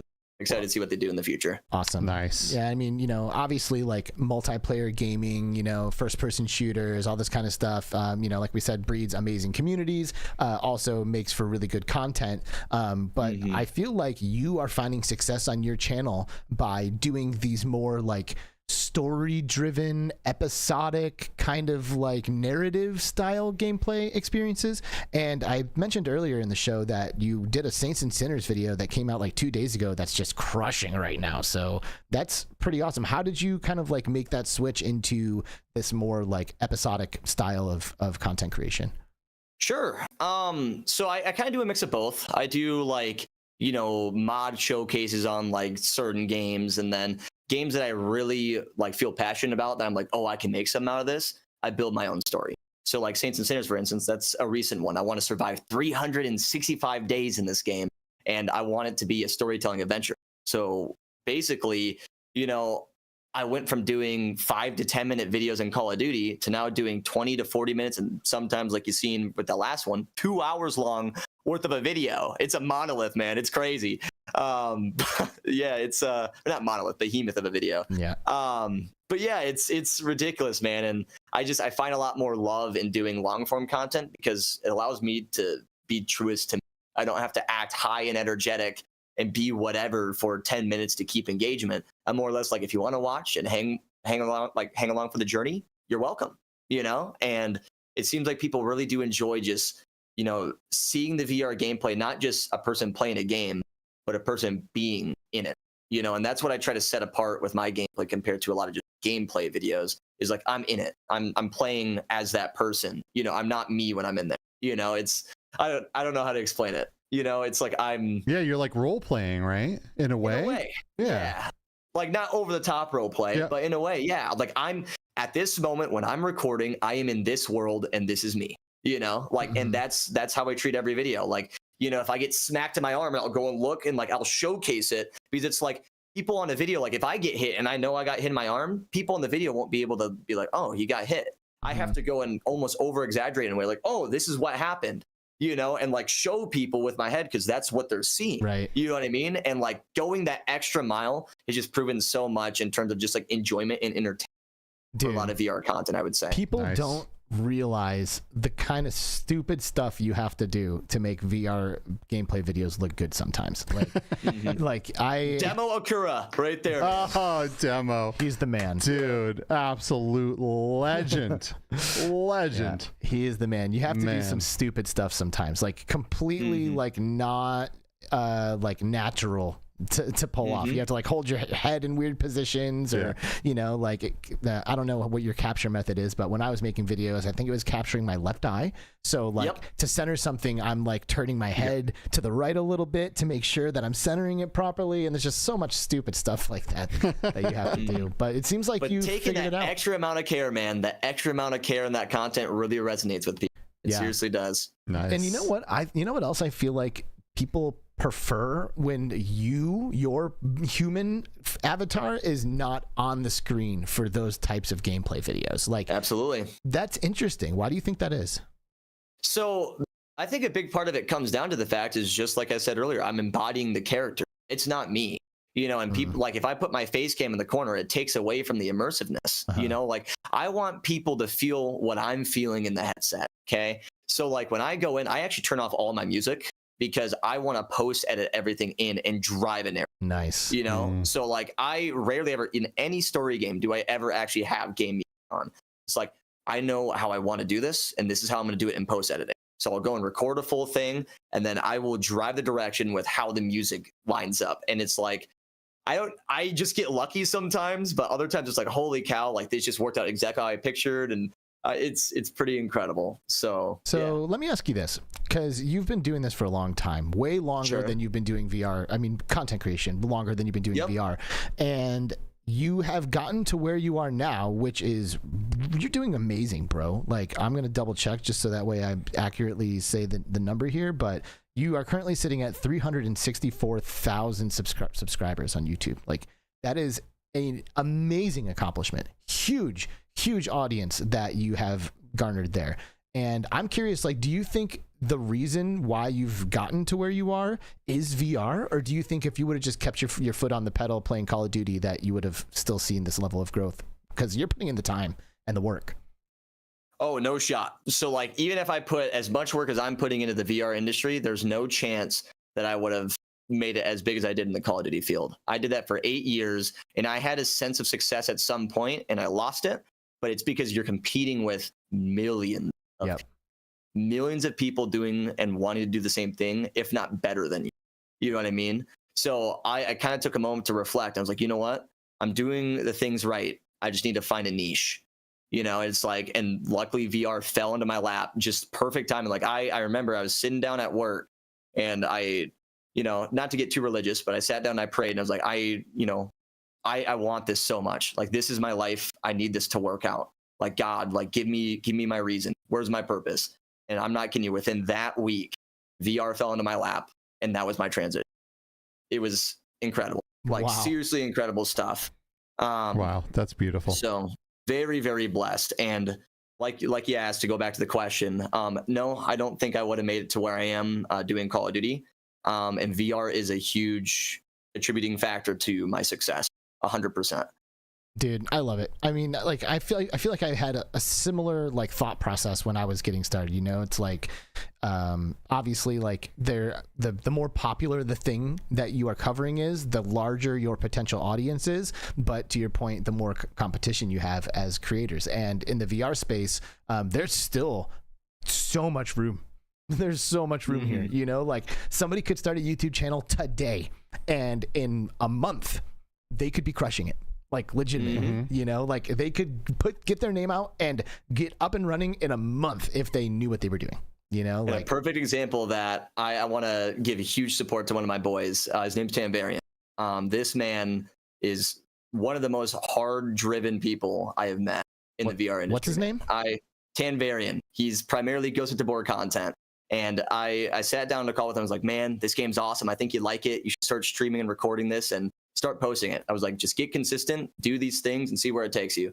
This man, within a year, has now gone full time on doing content creation. In a year, full time, dropping his other job, playing Ghost of Tabor. Ghost of Tabor standalone. This man went from 500 subscribers to 20-some thousand right now. And he's working full time off of that, off of 20,000 subscribers. And it's because that watch time and retention is so huge, man. Like Ghost of Tabor has so much support. He's posting hour-long videos and getting crazy retention numbers for percentage-wise. And it's unbelievable. I'm so freaking proud of that, man. Nice. I'm so proud of so many people in this community. I've been chatting with him on Discord lately, and he is just pretty genuine dude. It seems like he's really, you know, just loves what he does. And yeah, it's great. He's a good guy. Yeah, absolutely, man. Like I said earlier, you know, during like the intro to this episode, you know, we've talked to a lot of YouTubers this season, and one thing that like I always try to like make sure we hit is like this conversation that we're having right now, because like to somebody out there who's listening to this is like literally your sign. You know, like it's like been in the back of your head and you've been wondering like, man, can I do that though? Like, I feel like I probably could, but I don't know. It just seems like a lot. Seems like a big thing to like get a camera and a microphone and, or, you know, download OBS or whatever and start taking myself seriously. Who do I think if that is resonating with you right now, like start your channel. Yep. Just do it. Just do it. Do it and have fun with it. Right now, and this is to people watching this, if you ever want to look back and you want to start a channel, going right off at what Alex was saying, there is no better time to hop into virtual reality. We are a niche within a niche, and the door is just propped open, and you need to get your foot in there, right? And there's potential. There's a lot of room for growth, right? Right now, we're not even mainstream yet, and there is already so much success. Once this hits mainstream, and if your foot's in that door, that opportunity is right there, you know? So it is glowing. It's just waiting for you to take the hand and take that leap. Hell you yeah. know? Hell So- yeah. More VR dropping $20. Hey, thanks. Says, keep shining. The content is dope, Toast. And Heck yeah. Much love, man. I Yeah. appreciate it. Beautiful. Much love. Yep, indeed, it really is. So yeah, man, you know, hitting the nail on the head there. I think there are a lot of people out there who could be right here with us on Between Realities for season 9 if they just start their shit today. You know, like, Seasons? Holy crap. What season are you guys on now? this is 8. 8. 8. Holy Yeah. cow. Well, congratulations, guys, for keeping it running. That's awesome. Hey, thanks. Yeah, we've That's done exciting. two seasons a year for 4 years, and Yep. yeah, we're gonna kind of try to keep it going. You know, That's great, man. I really feel like someday we'll be able to kind of look back at the industry once it's huge and kind of, you know, it's kind of gotten bigger than all of us, right? And go back and kind of like really just dive back into some of these episodes and get to know a lot of the people again that have brought this to where it is today. Because an industry doesn't just pop up. It takes a lot of people working really hard and being super passionate and working for peanuts where they could be somewhere else being nice and comfortable, but they love this thing and they're there to like drive it forward. So it's great to like just look back on our list of episodes and just like see all of these people that told their story. Yeah, It's really, it's like a little time capsule for VR. So let me ask you this, Toast, because I feel like I know the answer, but I want to hear the answer. You know, we're talking about when VR goes mainstream. Like, do you truly believe that that is an inevitability? Oh, 100%. There's no doubt that the VR industry will become something where it's like your staple of an Xbox, your staple of a Wii, any of that. It will be a headset that is sitting in a home on someone's desk or by a TV. It's inevitable. It's going to happen. It's just a matter of when. And I think that when is coming relatively like soon. It's going to be in our lifetime for sure. So I'm excited to see it. And like, it's really cool because for all three of us here and the people watching too, you know, to be a part of this community in the time that it is and to see the potential and how it all starts to wrap in and become an actual true reality. Like it's so darn exciting, you know, it is so incredibly exciting. And, you know, to see it just build up, it's like, it's almost like seeing your baby like grow up, you know what I mean? Like being in the virtual reality industry this early. It is. I do have to pinch myself sometimes. Like I really, and I guess what I should clarify in terms of like when I perceive where we have gotten, even in the short amount of time that I've been involved, you know, like I've been in the VR space for, I guess we've been doing this for 4 years. So close to, I don't know, around 5 years or so. And in that time we, you know, before, like I got into VR before the Quest 1 came out. You know, and like I remember everybody, like these developers and stuff, all just talking nonstop about how huge it's gonna be when we get these standalone devices, you know. And now, you know, the Quest 2 is not good enough for a lot of people, you know, like we need Quest 3s on everybody's head, and it's like that's just insane. Like we've seen that happen. Like we have literally seen virtual reality not necessarily become mainstream, but become a household name. It's not mainstream adoption, but it is certainly mainstream awareness. Like, yeah, we've seen it gone from uncertain way back in the day of only PC VR and just, you know, the Oculus Rift and Vive 1 days to seeing this trajectory. Like this thing has been flung from this massive cannon and it ain't gonna stop in the air. It's going all the way. 100%. The software is getting there. The headsets are getting thinner, smaller, lighter. Everything is getting a little bit less, you know, friction all the time. And at this point, who knows? Maybe 10 years from now, maybe 5, maybe 20. I don't know. But we're going to be able to put on glasses that look just like this and have the most immersive experience. Just, you know, just hit a button, be teleported into a space with your friends. They're across the country, maybe family in another part of the world completely, and be able to share those, you know, share that space with people and just kind of feel more connected than we ever have as humans. Hell you yeah. know what I mean? VR is not this thing that a lot of people like to say that VR like isolates you. It's a very isolating experience, but I see it as completely opposite. Yeah.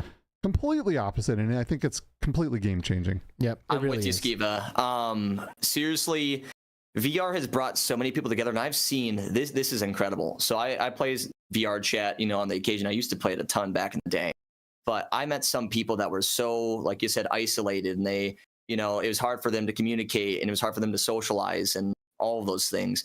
And it's like, and I met these people, I talked with them for a while, and they became social butterflies where they were starting conversation with people that they wouldn't have done a year ago. And it's like, it's incredible what VR actually allows people to do and to become a bit more comfortable with those situations, you know? And I think, yeah, it's going to be huge for all different topics in that way, I guess. Creeper Betty flying in, not only signing up as a member again, but dropping Betty. $10 saying keep up the great work, guys. So glad I was able to make this show. Happy Friday in VR rules. Thank you, Betty. I miss you. Dude, she's the best. I want to see her again. She is the absolute best. Also, ClassyGrandma signed up as the VR crew. She's now, this is her 12th month. That's the year of VR. Wow, look, membership. she got the gold badge. Dude, nicely done. Amazing. Heck Good yeah. job. VR. Thank you, Classy. We love you too. She says VR is going large, and it's thanks to people like you, Toast, and of course my main men, Alex and Skiva. Keep the stars moving closer. Much love. Thank you guys for your support. You're the best. Yeah, you guys are super good. So, yeah, and you know we touched on this somewhat recently with like the social apps, but I just want to briefly mention because it's important during this conversation that for me, like one of the biggest aspects of social VR is giving people an opportunity to express themselves authentically. Like I really look at the furry community as an example of this. Like people who might feel ostracized by the general public can go into a place and just let their freak flag fly, baby. You know, like get weird, like express yourself the way you truly actually want to express yourself. People feel safe in VR space with other people who share the things that they're enthusiastic about, and that's beautiful and profound, and I think really important. Man, I agree. Absolutely. Beautiful. And like, yeah, I mean, that's just super well said, because yeah, that goes right back to the whole social butterfly moment where it's like, you know, some people feel like they've been so not necessarily unwanted, but in a way that's kind of how they feel in their mind, right? They're like, you know, people don't like me because of what I like, and they don't understand me, and they're seeking to be understood, you know. And I think VR, especially with social platforms, allows them the opportunity to find people that can relate to them and that they can talk to and they can really feel, you know, at home with, in a way where they've kind of almost been, you know, away from for all of their life. Yeah, they can find their identity in VR. You know, like they're like more authentic, more true identity. And, you know, and I personally feel like identity is one of the biggest like issues that we experience in the world today. Like, I think that it is a problem of identity that leads to a lot of discourse and hate and like stupid stuff like that, because people choose to identify with how they feel about something. They will have an opinion on something, and then they identify with their opinion rather than keeping those things separate. And that's when we start to see some of the crap that you're talking about. You know, it's like, oh, I don't like you because I like this, and that's me. I'm that guy. I'm that guy who doesn't like that. Like, but if we can learn as a species or as a society to disconnect those things and not base our identity off of our interests or beliefs, then it would be so much easier for us to connect as people. Because when I challenge your beliefs or your hobbies or your whatever, I'm not challenging you. I'm just challenging your belief, you know, and that should be a safe space. That is a really good example too, is like, I feel like, and this is kind of leading a little bit out of VR, but just in general, is like, people need to be a lot more open-minded. You know what I mean? Like, you know, it might be something that I don't necessarily do in my off time. It might not be something that I'm necessarily huge about, but it's like, if it makes you happy, that matters. If it's not hurting anybody, why? You know, like, that's the biggest thing, where it's like, as human beings, like, we're born to agree and disagree. And it's okay to have controversy. And it's okay to disagree, but it doesn't always have to be this heated argument because of said thing. It's like, you stand on your side, I stand on mine, and, you know, we can agree on some things, we can disagree on some stuff, but why can't we have a conversation? You know, treat people as people, be a human. Hallelujah. You know? Hallelujah. Can you imagine if everyone loved all the same things and that was like every single person? Boring. It would be the most boring place in the whole world. Life would be extremely boring. Yet we get so aggravated and so hateful and vengeful when people don't like the things that we like and they like something different or something we disagree with. Like, man, like, just open your mind, open your hearts, because life would be boring as hell if we were all the same person. And one thing I want to say now is that I feel like, I say this often, but I feel like any conversation about VR, if you have it long enough, will become a philosophical discussion. Yeah. Like, this 100%. Literally is transformative technology. And like, this is a VR podcast, but we're talking about being better people. You know what I mean? Like, and it wasn't hard for us to get there, talking about the things that this technology enables. So yeah, that's why we say that this is the podcast from the philosophical gamer's perspective, because that's what this is. Like, if you keep talking about the VR, the reality aspect of that is gonna come up, you know, like virtual reality, like, that is a philosophical discussion any way you slice it. So I am never afraid to go down these paths, because VR led us there. You know what I mean? So it is relevant and it is a part of the conversation. And I think these things are super good to talk about, because a lot of people kind of look at it as, you know, it's kind of a uncomfortable topic. You know, it's something that you're walking on eggshells or whatever. But at the end of the day, it's like, these conversations are so important, because it shows your vulnerabilities and it shows you as a person, and like, you have to be open to putting that out there, you know? And I think that, as anyone out there, is like, it's a super big moment of like, you know, I would say like self-improvement and being able to recognize your own issues as a person. And like, I don't know, at least that's the way I kind of look at it. Well, dude, know? And I mean, like, real talk, the VR community is amazing. Like, not just like at large, but like individually, the people who are into this are typically fantastic people, you know, and you of course are not excluded from that. We're so happy to have you on today. And like, I like to have these conversations because we are the people. You know what I mean? Like, you are the guy, you are the person, you're the dude making these VR content videos. And like, for us to have an opportunity to like peek behind the curtain a little bit, like get to know you, like at a core, like what you care about, like what makes you tick, the things that you're passionate about, and your perspective on this as a whole, I think is relevant. I think it's entirely relevant because you are VR. I am VR. Skiva is VR. Like, we are VR. Yeah, exactly. I love it. You know, so it's cool. And I mean, it's never lost on me how grateful I am and how lucky we are to actually be able to play this role in the industry, because we're not the ones making these games. We're not making these headsets, yet we have found ourselves in like a legitimate, like, symbiotic relationship with those who do. And I could not be more grateful for that. I think that's so rad. Hallelujah. And another really cool part is like, we're in a community that it's so tight knit. And I say this like every conversation that we bring this up about the VR community is like, I've been a part of so many different communities, Call of Duty being one of the biggest ones, you know, and it was toxic. And I mean, that goes along with just the players you meet, that goes along with content creators, that goes along across the board. It was just toxic. And then when I hopped in VR and like meeting people, we're all like supporting each other. I was like, what?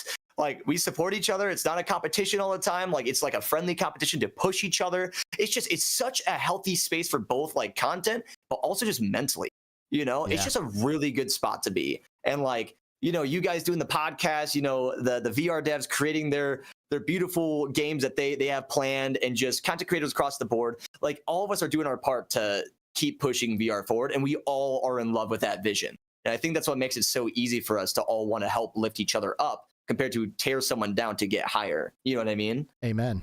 Amen to that. 15 months of BR membership for ShortStack. Hey, ShortStack. 15 months of support from. You want to talk about wonderful members of the VR community? ShortStackVR. Man, right there. What a dude, man. Like, one of the most beautiful humans that I have ever met in my life. I mean, nobody can wear a pair of jorts quite like ShortStackVR. He do be styling though. He's just wearing the cutoff jorts to the Ghost of Tabor formal event. That was... Man. He was only cutting them. He cut yeah, that's so good. The guy, man. So I'm going to start to wrap this up, but you know, on the topic of mainstream adoption, I am curious from where you're sitting, King Toasty, what, in your opinion, is the biggest obstacle for mainstream adoption right now? Oof, that is such a tough question, because I mean, there's a multitude of things that could help it become mainstream. You know, I think a really good step in the right direction was the Apple Pro, in terms of just getting, you know, the word out there, like, Apple's doing this, you know, and then people are like, oh, it's cool now, you know? So, I mean, exposure wise, I think that was, you know, a step in the right direction. But what exactly is going to be that pivotal point to make it there? Very uncertain, because I mean, that could be in the gaming industry, that could be in the entertainment industry. I mean, and also tech. I mean, right now, we're posting so many different new headsets and getting so much new technology, but we're not having the things that really support it. You know what I mean? It's like, we have this $5,000 headset, but what do we do with it? You know what I mean? Like, what do we do now? Yeah. You know, like, we need to get to a point where we kind of work in tandem with software and also hardware. And once those lock in and we're at a point where it's like, it's just click, click, click, click, people are just going to eventually see it as like, oh, it's adoptable now. Like, or adaptable. We can get in this now. And I don't know how late that's going to be. Yeah, it's tough to say. I mean, I don't know what's going to be the pivotal change. It's tough. Yeah. What would you answer? Oh, that's so hard, man. It's a combination of many things, honestly. I feel like you're more of like a software support. No, it is. But at the same time, people don't want to strap something to their face. They don't want lines around their face. They don't want a thing that goes over and messes up their hair. They don't want to look stupid on the out. Like, to the people on the outside, they feel self-conscious. And like, I've met people that are like, I'm not putting that thing on because I'm going to look dumb. Yep. Right? Like, so we need to get to a point where they're just glasses or something to that effect, where you put them on, it doesn't mess with your hair, it doesn't screw with your face, and on top of that, there has to be compelling experiences, and there has to be as little friction as possible. If I want to get into a game with you, if I want to go see a movie with you, it has to be so stupid easy that there's no reason not to do this, and it has to be really affordable. Good answer. Has to be affordable. Really good answer. Yeah.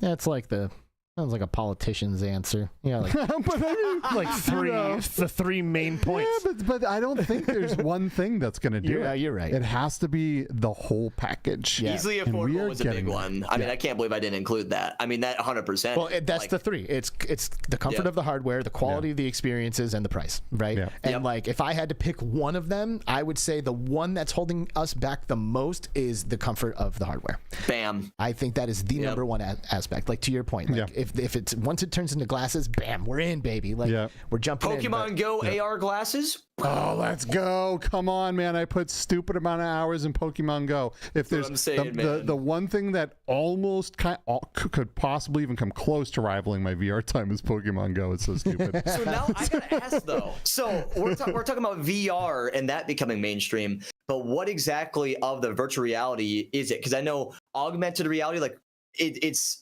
kind of tied to VR in some ways, but it's its own thing, you know? So do you think augmented reality or virtual reality is going to be the big thing first?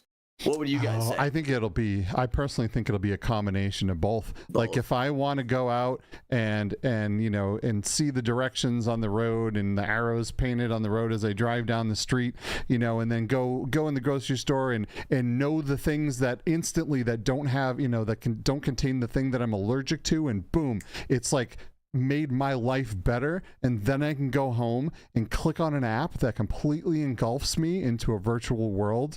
Boom. I mean, it's got to be kind of both. It has to have utility and add value to your everyday life, and then be extremely entertaining. These answers from Skiva right now, just you can't pick every perspective. Rip him. Yeah.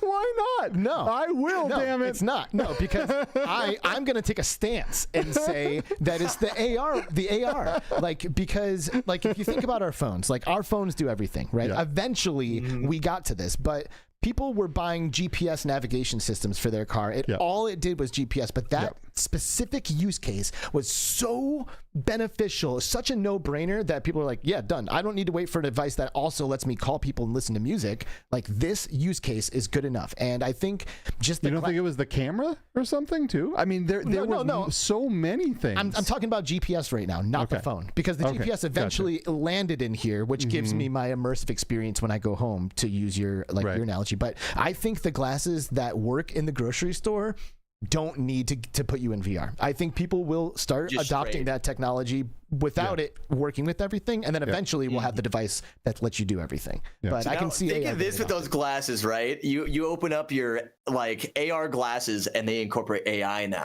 And you're like, hey Siri, whoop, and she pops up and she's this sexy anime chick, just like, hello Brandon, ready to go shopping? And it's like, now you got your AI girlfriend you go take to the grocery store. Let's go. Dude, that sells 1 million right there. Boom. Let's go. AI is you know, maybe the one thing that I think could be even more important, and this is going to get a lot of hate for me saying this, but more important than VR, because like it does all of those things that can make your life better, easier, and just like XR, it has the ability to change everyone's lives in every single industry. You put those things together and it'll take an army to keep me out of that headset. Man, I know Meta's doing it. Meta today, by the way, dropped, they dropped Llama 3 a couple days ago, but they put up a website that makes it really easy. You go to meta.ai, and it's a great, you know, it's all the way up to the standard now of ChatGPT 4. It does great image generation, even will animate them all in one button. It's integrated into Instagram now too. Yeah, it's integrated into Instagram. And those Meta glasses, man,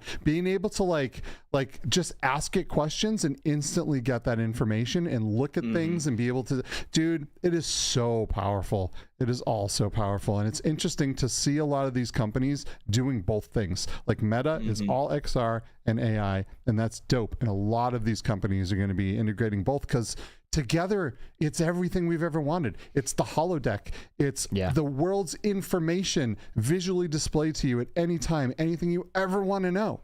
It is incredibly powerful and insanely we're playing beautiful. God right now. We are. It's like we're like taking steps to omnipotence and singularity every day. No, for real. I feel like what we've been doing here since we've became humans is we've been working towards technology and like we have been building our cocoon.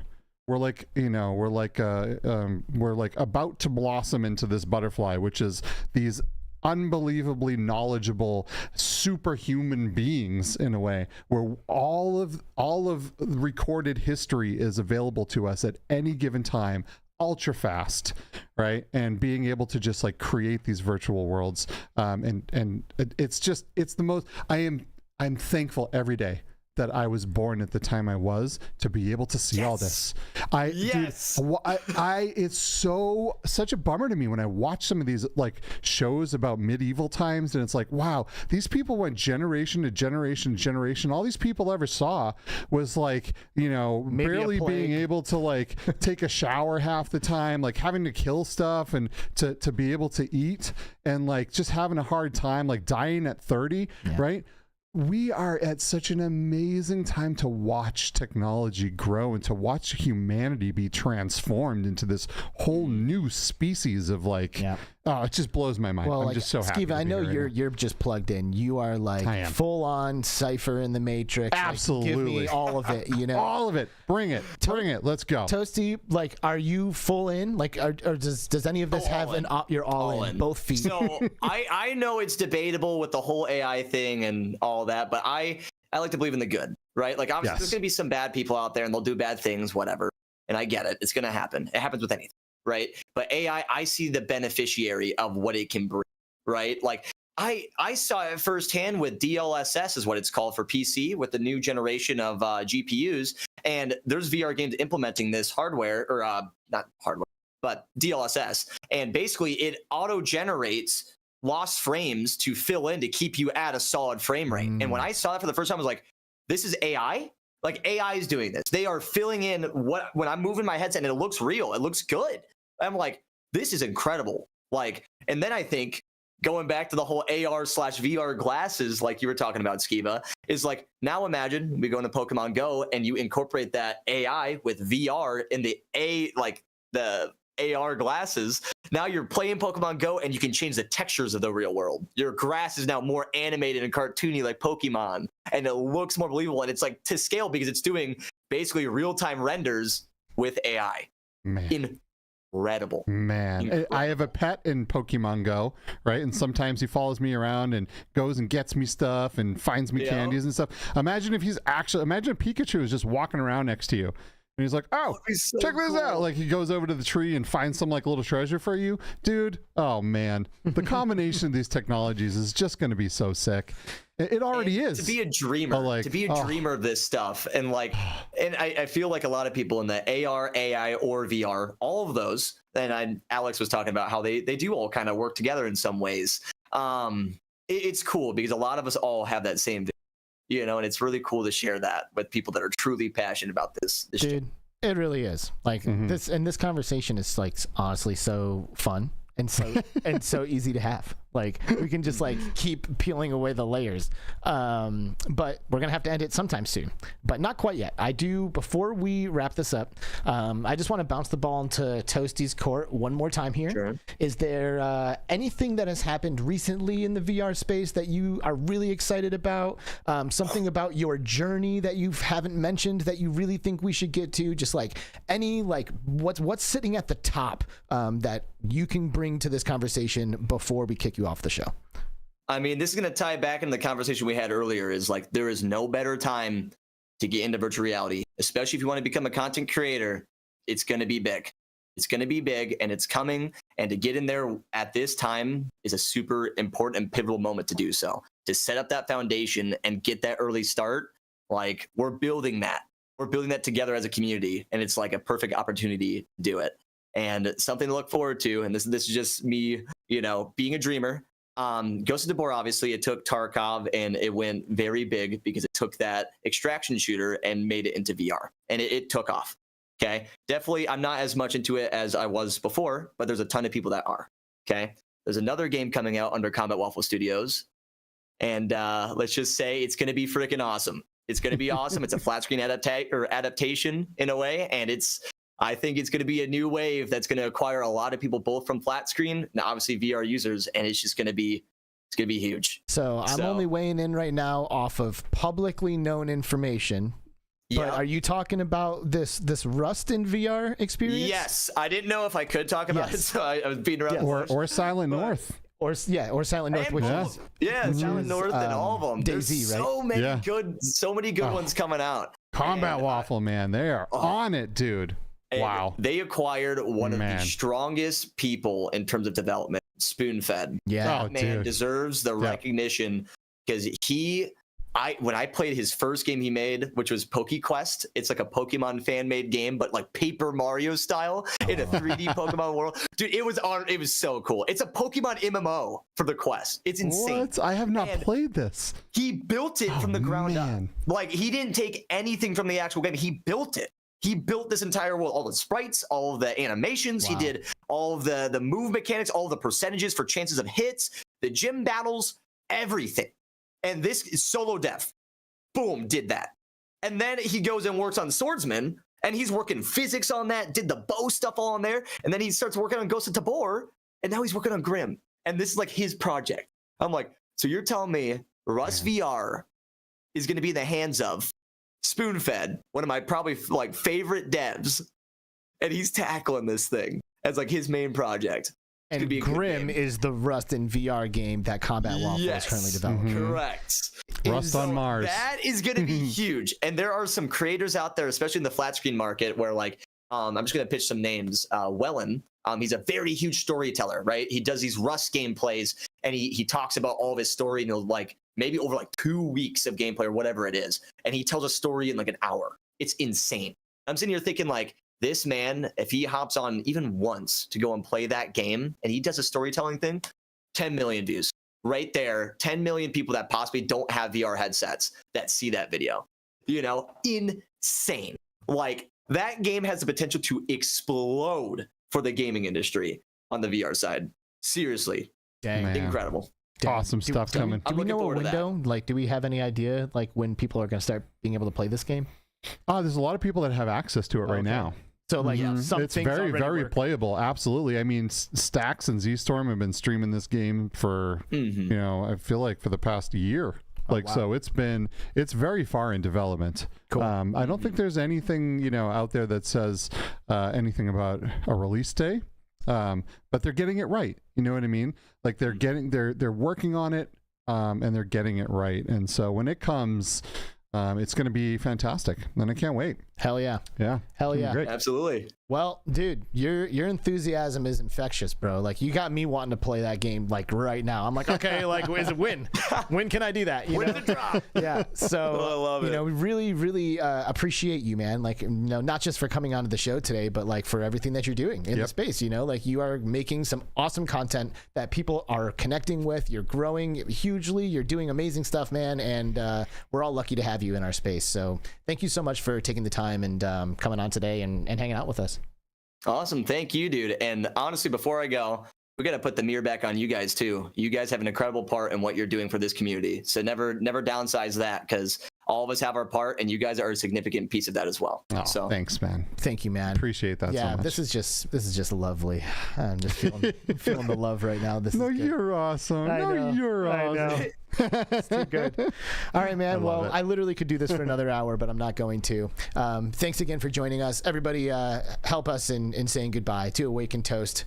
Come back soon, okay? Thanks for having me, guys. It's good talking. Later, bro. You too. See you, man. Bye. Bye-bye. See you later. And he's gone. He gone. And that's that. Awaken Toast. Another episode. Another one bites the dust. Boom. It was great. Yeah. That was great, man. And we knew it was going to be. Yeah. Dude, he's just the homie. He is. Such a great guy, you know? He is. And we got to, we really got to touch on a lot of stuff in this conversation today. It was good. Yeah. We got it all over, you know, which I love. I love it when the conversation's dynamic and comfortable and we're just flowing. And heck yeah. Yeah, that was good. And so much awesome contribution from everybody in the chat today. Like, thank you all so much for being here and catching the live show. You know, A.O. Henry and RedSlashAce and Creeper Betty and Les Marwick and Beat Saberita, who I got to play Beat Saber with a couple of times. Oh, no way. Yeah. That's cool. Did she shred you? Dude, well, Yes, but not.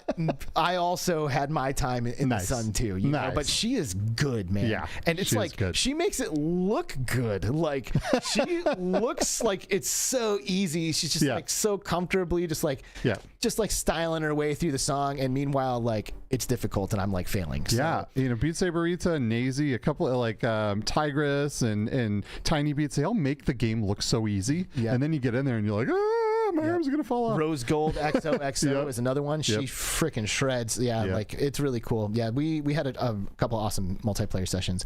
But our official actor and Chatty, thank you for being here. Virtual Bro, Arcanian, MickeyBerr dropping codes all episode long. You are a legend, my good sir. Glitch Fandango snuck in here. Hey, Glitch. VR Spry Guy spent a couple of minutes of his birthday with us today. Thank you for that. Short Stack up in here.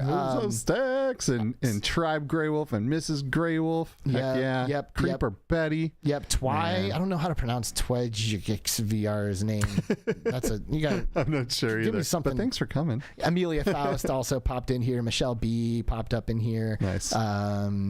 You know, Tribe Grey Wolf and ClassyGrandma and dropping the dollars on us, just like SoulBC did, and more VR, getting things done. He's our homie. Heck yeah. He's here also. You know, Ryan B. Ayo. Thank you guys. Thank you all for being here. I'm an amazing community. We love really you guys. What are we gonna do next week? Next week, from one of our dearest friends, Maeva from Beyond Frames Entertainment, the publishing team behind Ghosts of Tabor, and some other fantastic games, is coming to join us, and she is one of the most knowledgeable, smartest, amazing people that I have met in this space, and I'm super stoked to have her on. I think it's gonna be an amazing conversation. It's gonna be an enlightening one. Like she really understands the industry in a way that not a lot of people do. If you've ever seen Beyond Frames or Mahina in the chat, that is Maeva. She is like legitimately inspiring. Like if you think today was inspiring, like you should probably tune in next week, because absolutely I have like literally loved every conversation I've ever had with her. So I'm definitely excited to get her on here. And that's going to be really good. That's going to be a good episode. It's going to be great. Can't wait. Yeah. Lawnbow, thanks again for being here. You're playing, what'd you say, After the Fall this week? I am playing After the Fall this weekend. There will be a lot of zombies dying. Cool. There's going to be a lot of blood. It's going to be glorious. Well, I'm going to be there. Okay. Nice. And nice. We're going to need 2 other people to be there as well. Yep. So. I know Creeper Betty's getting in there this weekend too. She's been wanting to play. So, all right. So we need at least one more. That leaves room for one more. Yep, so join our Discord. Especially if you like to be exposed to adult content. This is sex sponsor on because you're gonna get some. You're gonna get the opportunity. We're working on it. Please, you know, bear with us as we figure out how to get rid of these stupid things. We're gonna do that. But I might have a busy weekend, but I definitely want to get in there and at least play that. Nice. I think that's that. Heck yeah, man. Yeah, cool. Well, it's wonderful. Thanks again, dude. Absolutely. Thank you. Yeah. And thanks to all of you for tuning in to Between Realities once again. We will see you in a week with Maeva from Beyond Frames Entertainment. Wahoo! All right. Have a good weekend. Later. Bye. Bye-bye.